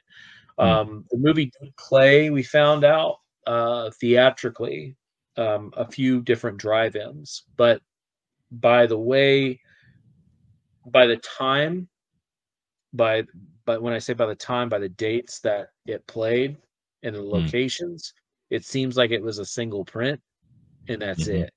And Man. who the fuck knows where a single print is and where it ended up.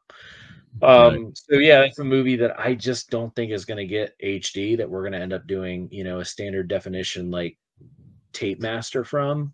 And that's a movie that I would kill to do in HD, but I don't think we're going to be able to. We're not going to give up yet, you know. Yeah. Yeah. We've delayed it a little bit because we found some proof that it did play, you know. I actually found the film ads for it, that it played theatrically. So we're doing some more investigating, and you know, even trying to track down who ran these drive-ins, and you know, because sometimes they have material that they've kept, you know, Mm. in a storage unit. They'll keep all the prints that they didn't send back, Hmm. or the companies Oh, didn't wow. ask Yeah. for back, you know, because a lot of times, a lot of like prints are destroyed, you know, after it plays theatrically. They would burn them, you know, Yeah. they didn't sell them. But sometimes, you know, you'll see prints pop up. It's because they probably, you know, were sent one as a replacement or a backup, or they were screening on two screens, and, you know, they got away with keeping one, or whatever it may be. Um, and thankfully, films do, you know, keep going around by, you know, selling and trading Mm. prints. But most of the time, you know, a big film, you know, like Independence Day, where's all the prints of Independence Day? They're in the Right. incinerators where they're at, because they would have destroyed them all. Like, they're not going to keep. There's a few out there, sure, but Yeah. you would think such a widely a movie like that, prints would be at your fucking Goodwill at this point. Right. Because Yeah. they were Yeah. incinerated. Yeah. So like, you know, when you have to deal with that, when you deal with smaller films like drive-in films, it's a little bit different. But yeah, like we're acquiring this movie.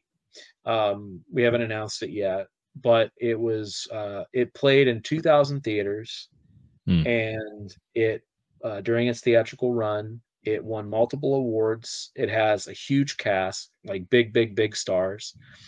Nominated for an Oscar.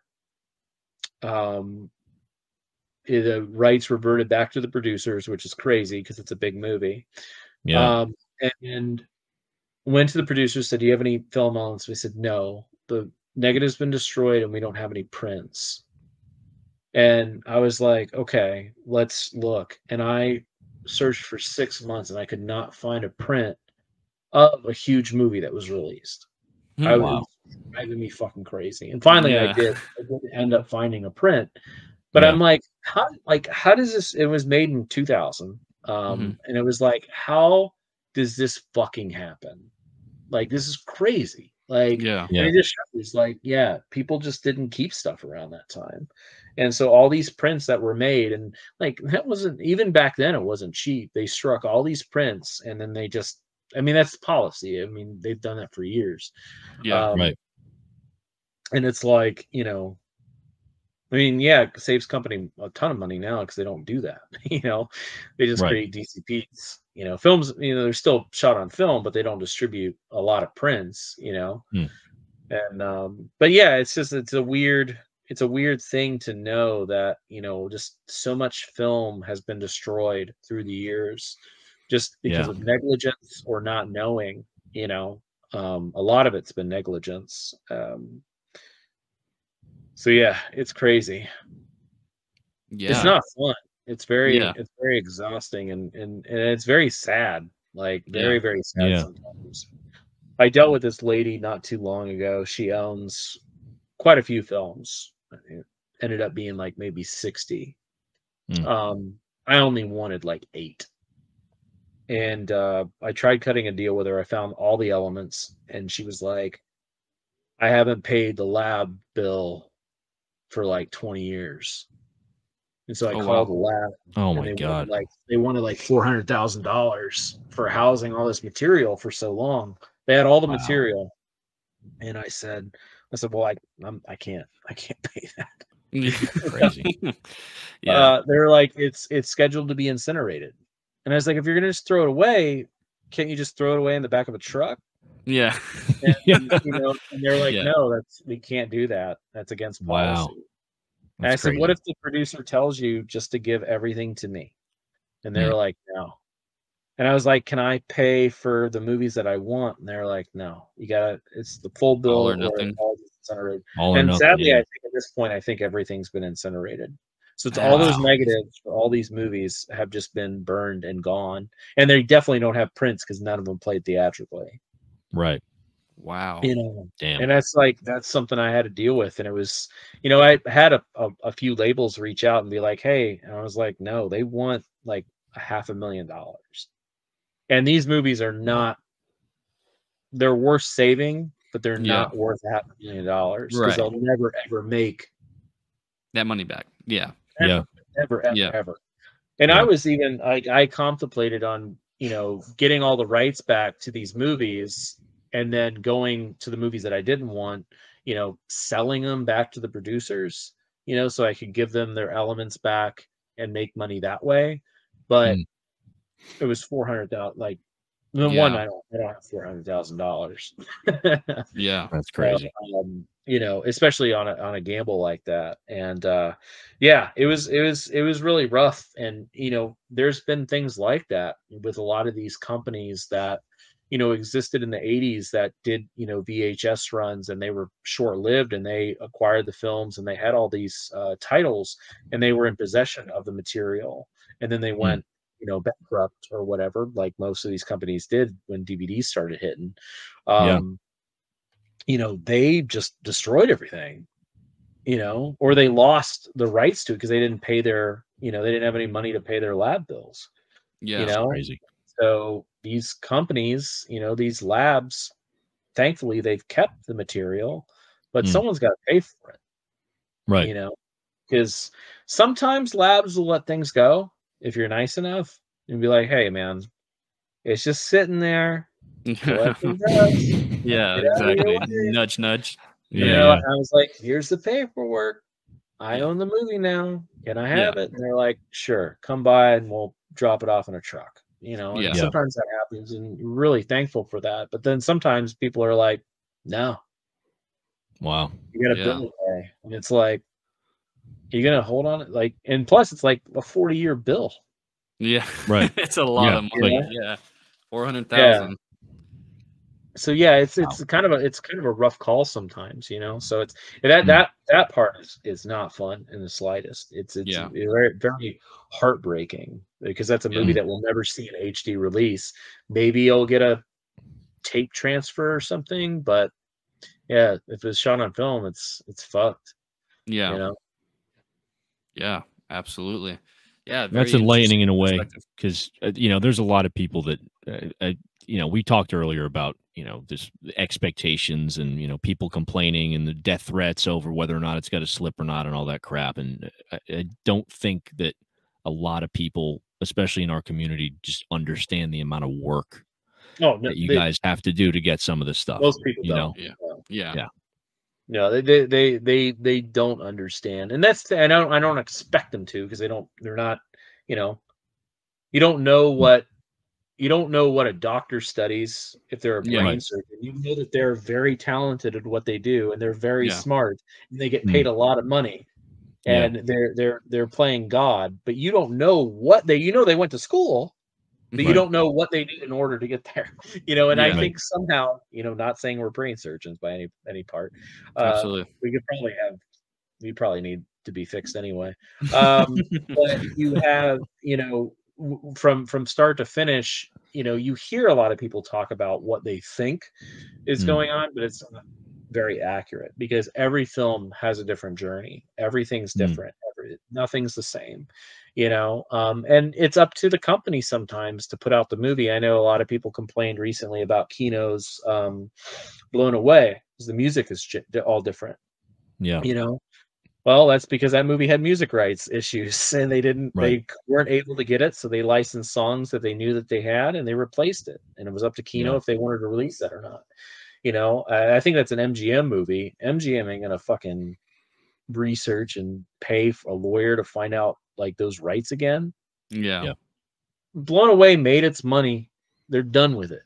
Yeah, exactly. If you want to release it, it's this or nothing. And that's what, Kino obviously did. And that's a choice that you had to make. I wouldn't have done it probably. I would have been like, that's too much backlash, man. It's like, releasing Return of the Living Dead without that original OG soundtrack. Oh, absolutely. Right. Oh yeah, for sure. People would be furious. I'm not sure if I remember the songs in Blown Away. It's not like, it's not like Pulp Fiction or something where the music makes the movie. Maybe it does. I don't know. I haven't seen it in a while. But yeah, you come to a point where you have to make those decisions internally.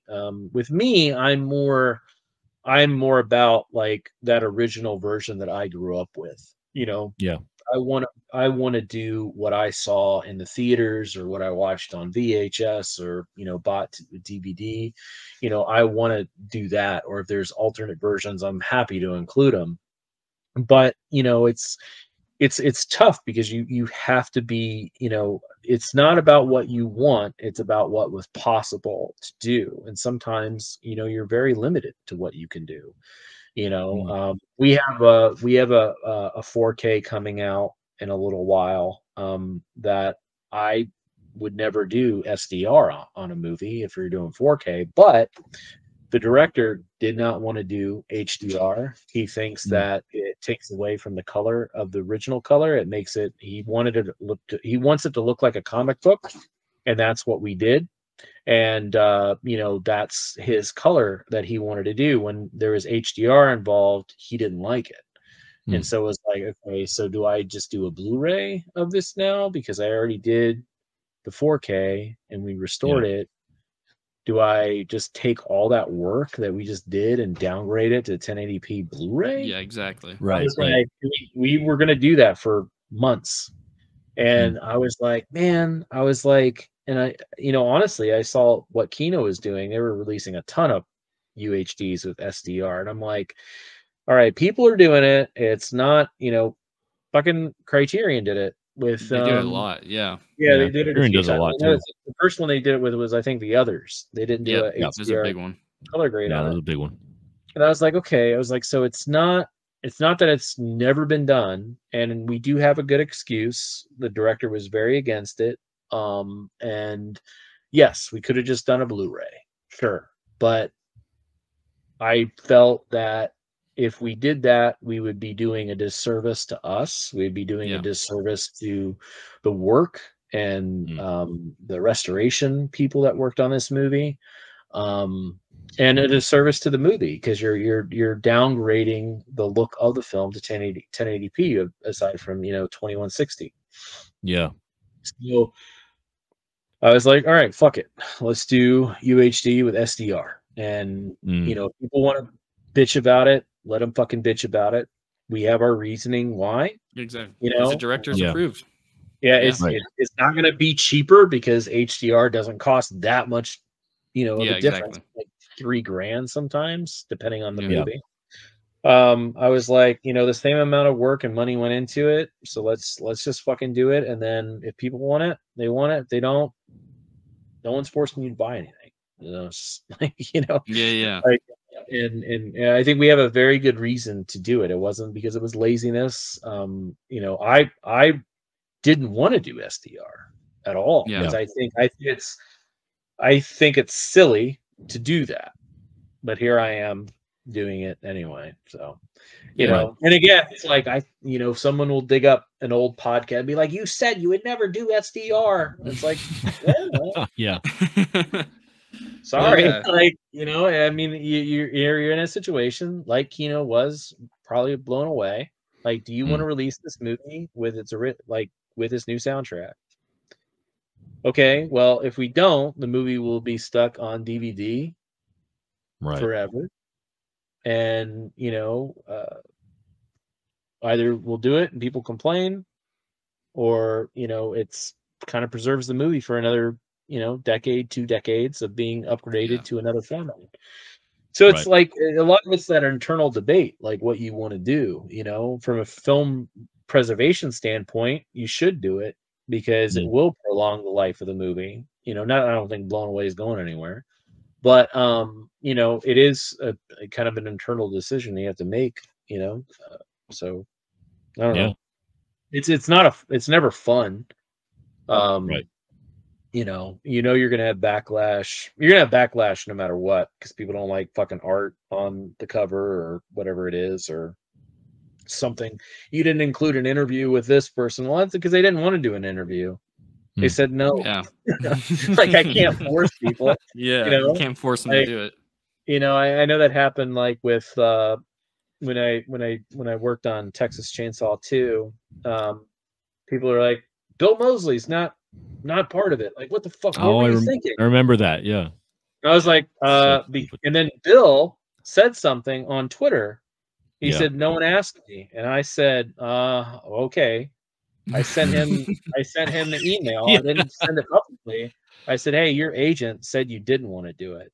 Yeah. And then he deleted the tweet. Oh wow. So Bill wanted to do it, but his agent lied and didn't want to do it. Her name's Judy Fox. And he deleted his tweet because he knew he was in the fucking wrong. It made me look like a fucking moron. Yeah, like fucking top. Of course, he was the first person I asked. Yeah, But right. his agent said no, he didn't want to do it, so that's what I'm going to listen to. So like things like that happen. It's just how it is. There's been a few films, bigger films that I've worked on and weren't able. Roadhouse was one of them. I did the extras on Roadhouse, and I think they came out pretty good.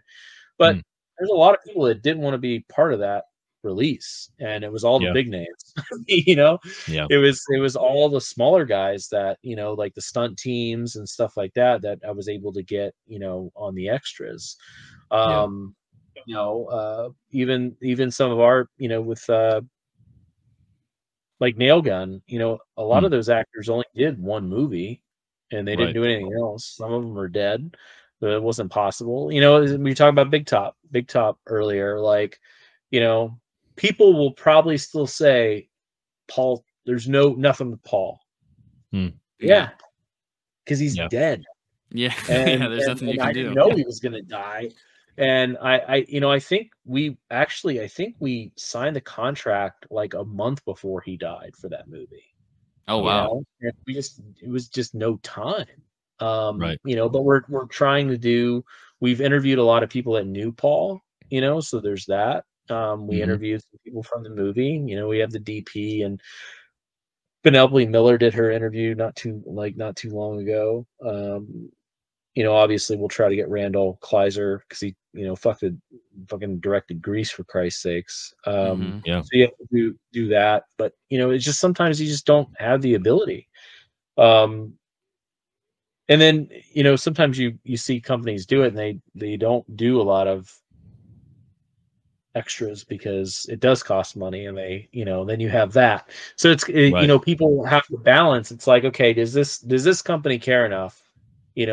They did 2 interviews for this disc. Was it a money thing, or did no one want to do it? Right. Fair enough. But I'm always very much saying like they just didn't want to do it. Yeah. I got the Phantoms disc in.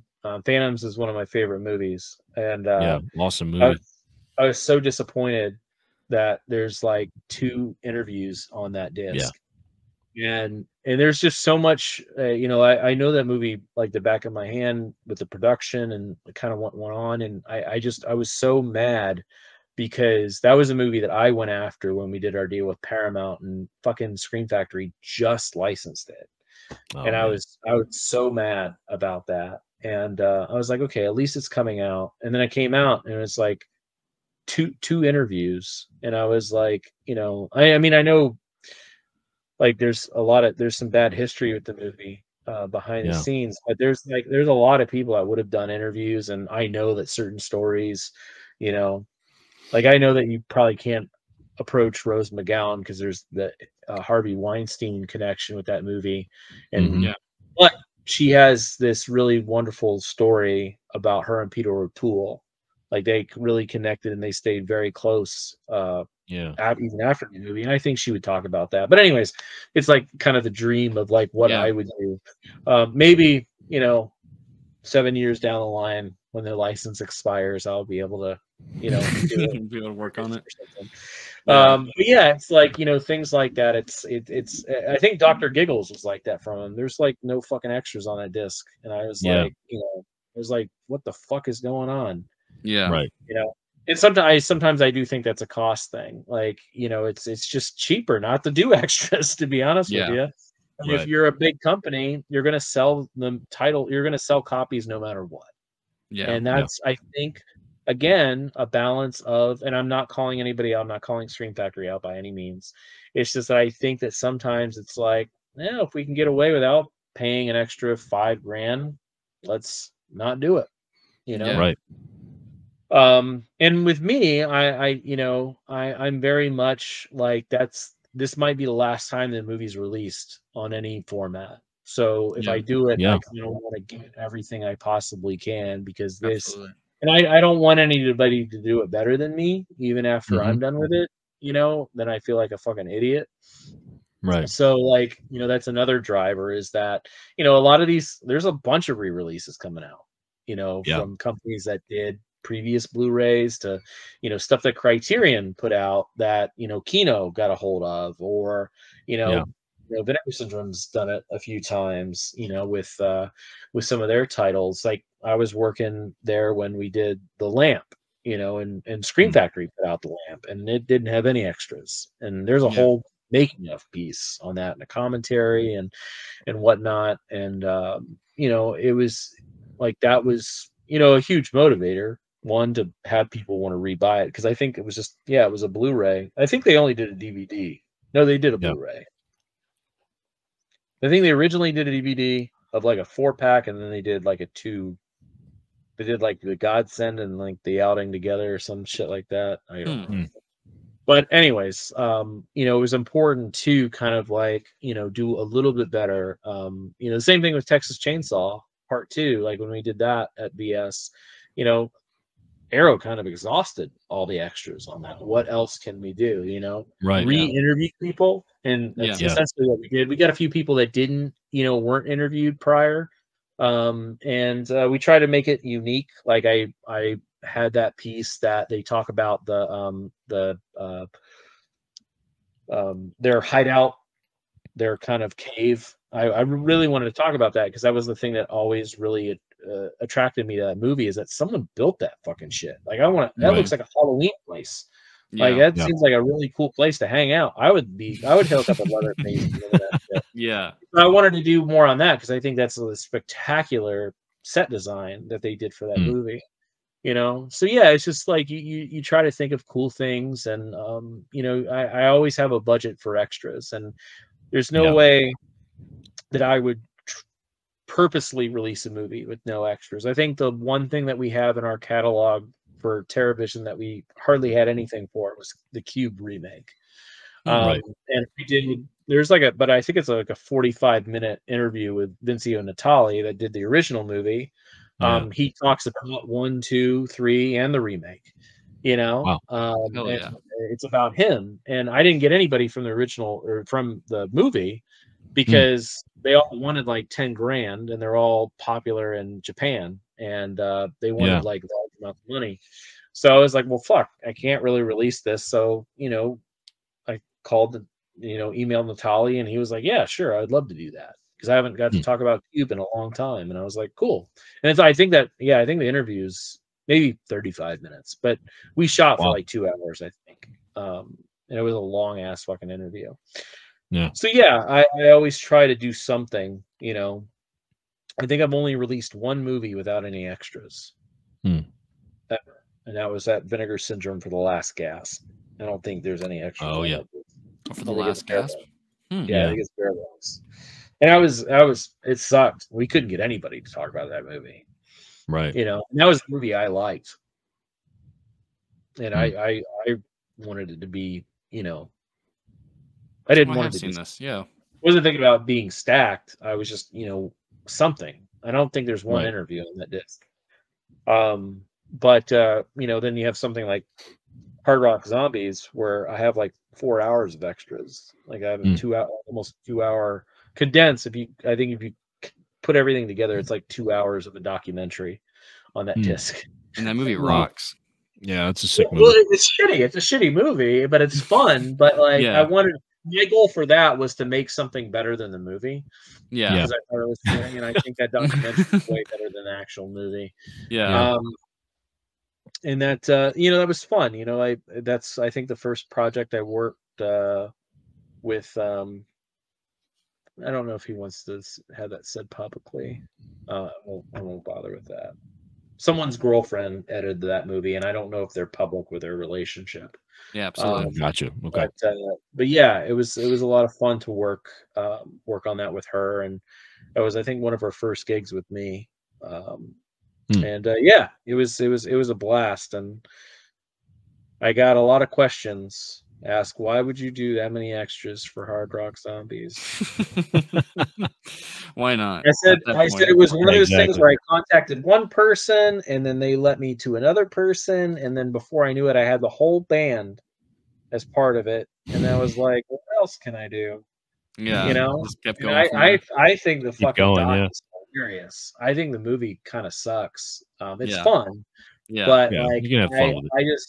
I really really love that documentary. It's so fucking funny. And that was always a, you know, and again, I carried that over to TerraVision with me, is that I really try, like any disc that you pick up that you see a lot of extras on at Vinegar Syndrome, or, you know, now with TerraVision, I produced all that stuff. I wanted to do yeah. like feature Yeah. length making ofs, you know. I wanted to do as much as possible, and that was a huge goal of mine. Because I love film history, and I want those people to talk about it. I want those filmmakers to talk about it. You know, I try to always do more filmmaker pieces than getting a critic or someone else that wasn't part of the production to talk about it. I don't have a lot of Yeah. interest in that, unless it's a Right. movie that I feel it needs to be talked about. You know, Yeah. that is kind of maybe political, or something that carries a little bit more weight. You know, or if there's something to be said about the overall whole of the movie rather than the making of, you know, I am into that. So, yeah, it just depends on the movie. We have a movie coming out in the next week or so, and there's no extras from the filmmakers, mainly because everybody's dead. And I think there's 3 pieces of history. There's like a World War piece, and then you know, things that you just wouldn't expect, but they did have impacts in that. I think Door 2 does that with our extras on Door 2, because there was no one that wanted to do any interviews with us for that. And I think I have like 3 pieces of kind of the making of that movie in its time.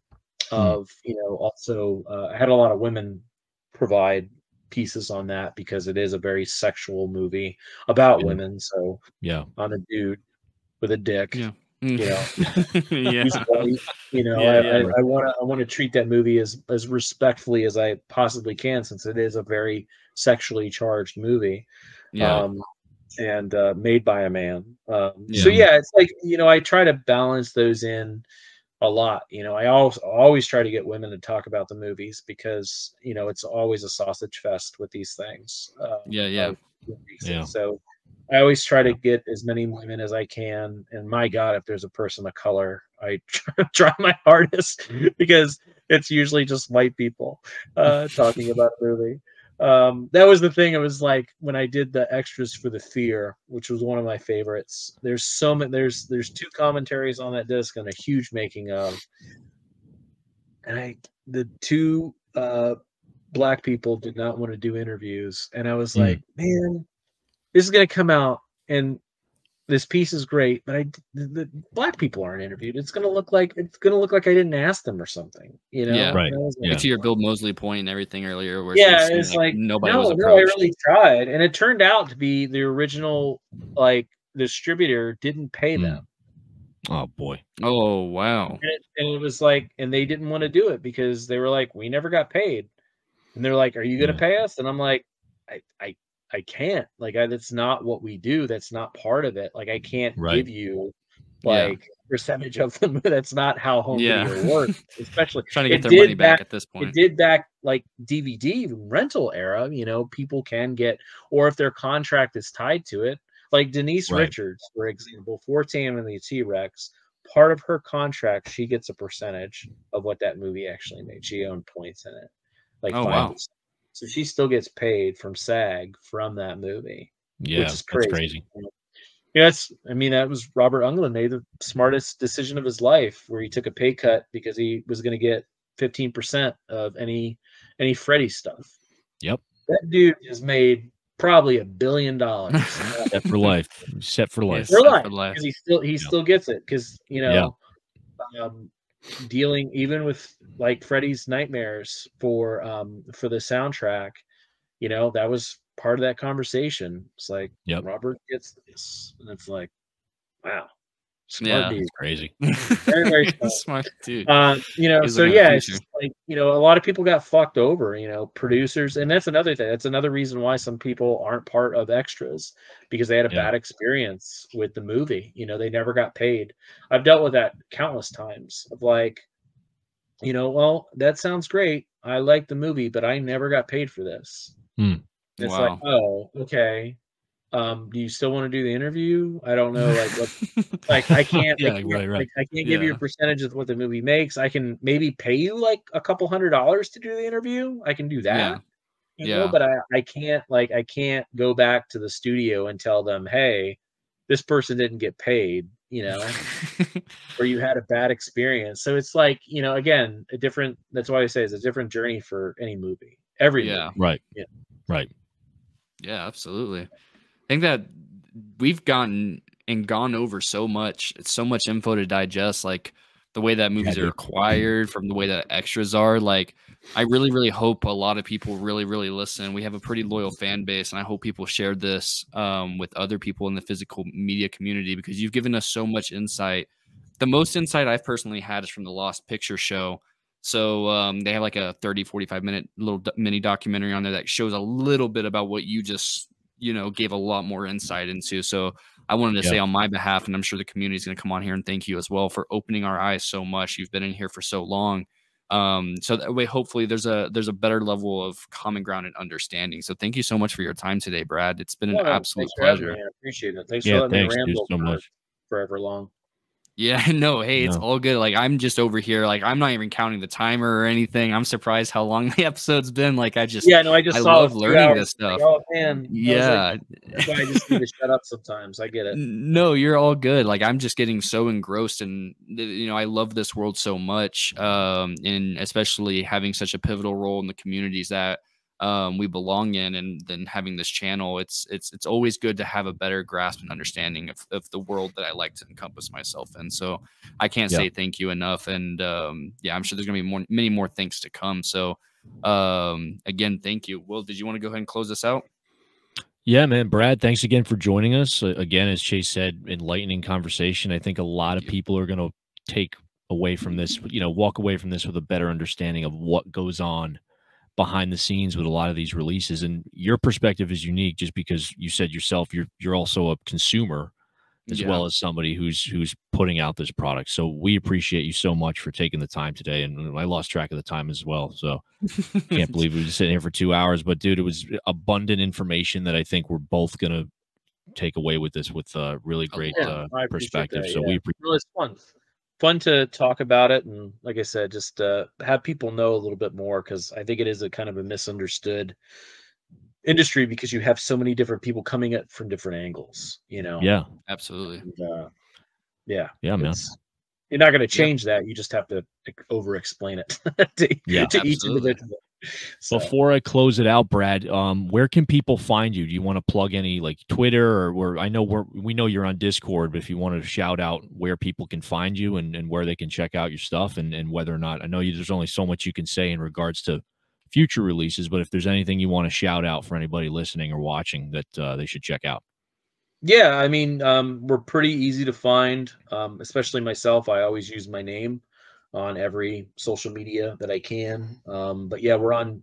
We have our own Discord channel Wow. that we talk about stuff with TerraVision. There's exclusives in there, a little behind the scenes stuff that we don't put to the public eye. As long as they try to, there's a couple people in there that are not, that like to screenshot things and share it. But yeah, Brad F. Henderson pretty much on a lot of platforms, or Brad TV if it's on a forum or something like that. But yeah, terror-vision.com. Type in TerraVision, it's fine on any search bar. Yeah. You'll find us there. And then if you're in Savannah, we have in Chicago, we have 2 museums dedicated to oddities and curiosities. We have a rental store. TerraVision has its own rental store in Chicago. We have like 10,000 movies there that you can rent. Hell yeah. Which it goes deep. Ryan has his Gray Face label. It's been around for 20 some years that does independent music. He has his own clothing company called Never Not Goth. We had multiple stores in Savannah that sells physical media. He has the largest arcade largest pinball arcade collection. I think Ryan claims. Hell he owns. yeah. I don't know if that's Wow. true or not. That's But awesome. he has a lot of pinball machines. But yeah, you can find that at the Savannah at the museum. Yeah, we have everything from John Wayne Gacy's brain on display at our museum to Wow. Charles Manson's pants, his death row Interesting. pants. All remaining I think it's 237 Gacy paintings that are man. original that Ryan has. Those are in Chicago.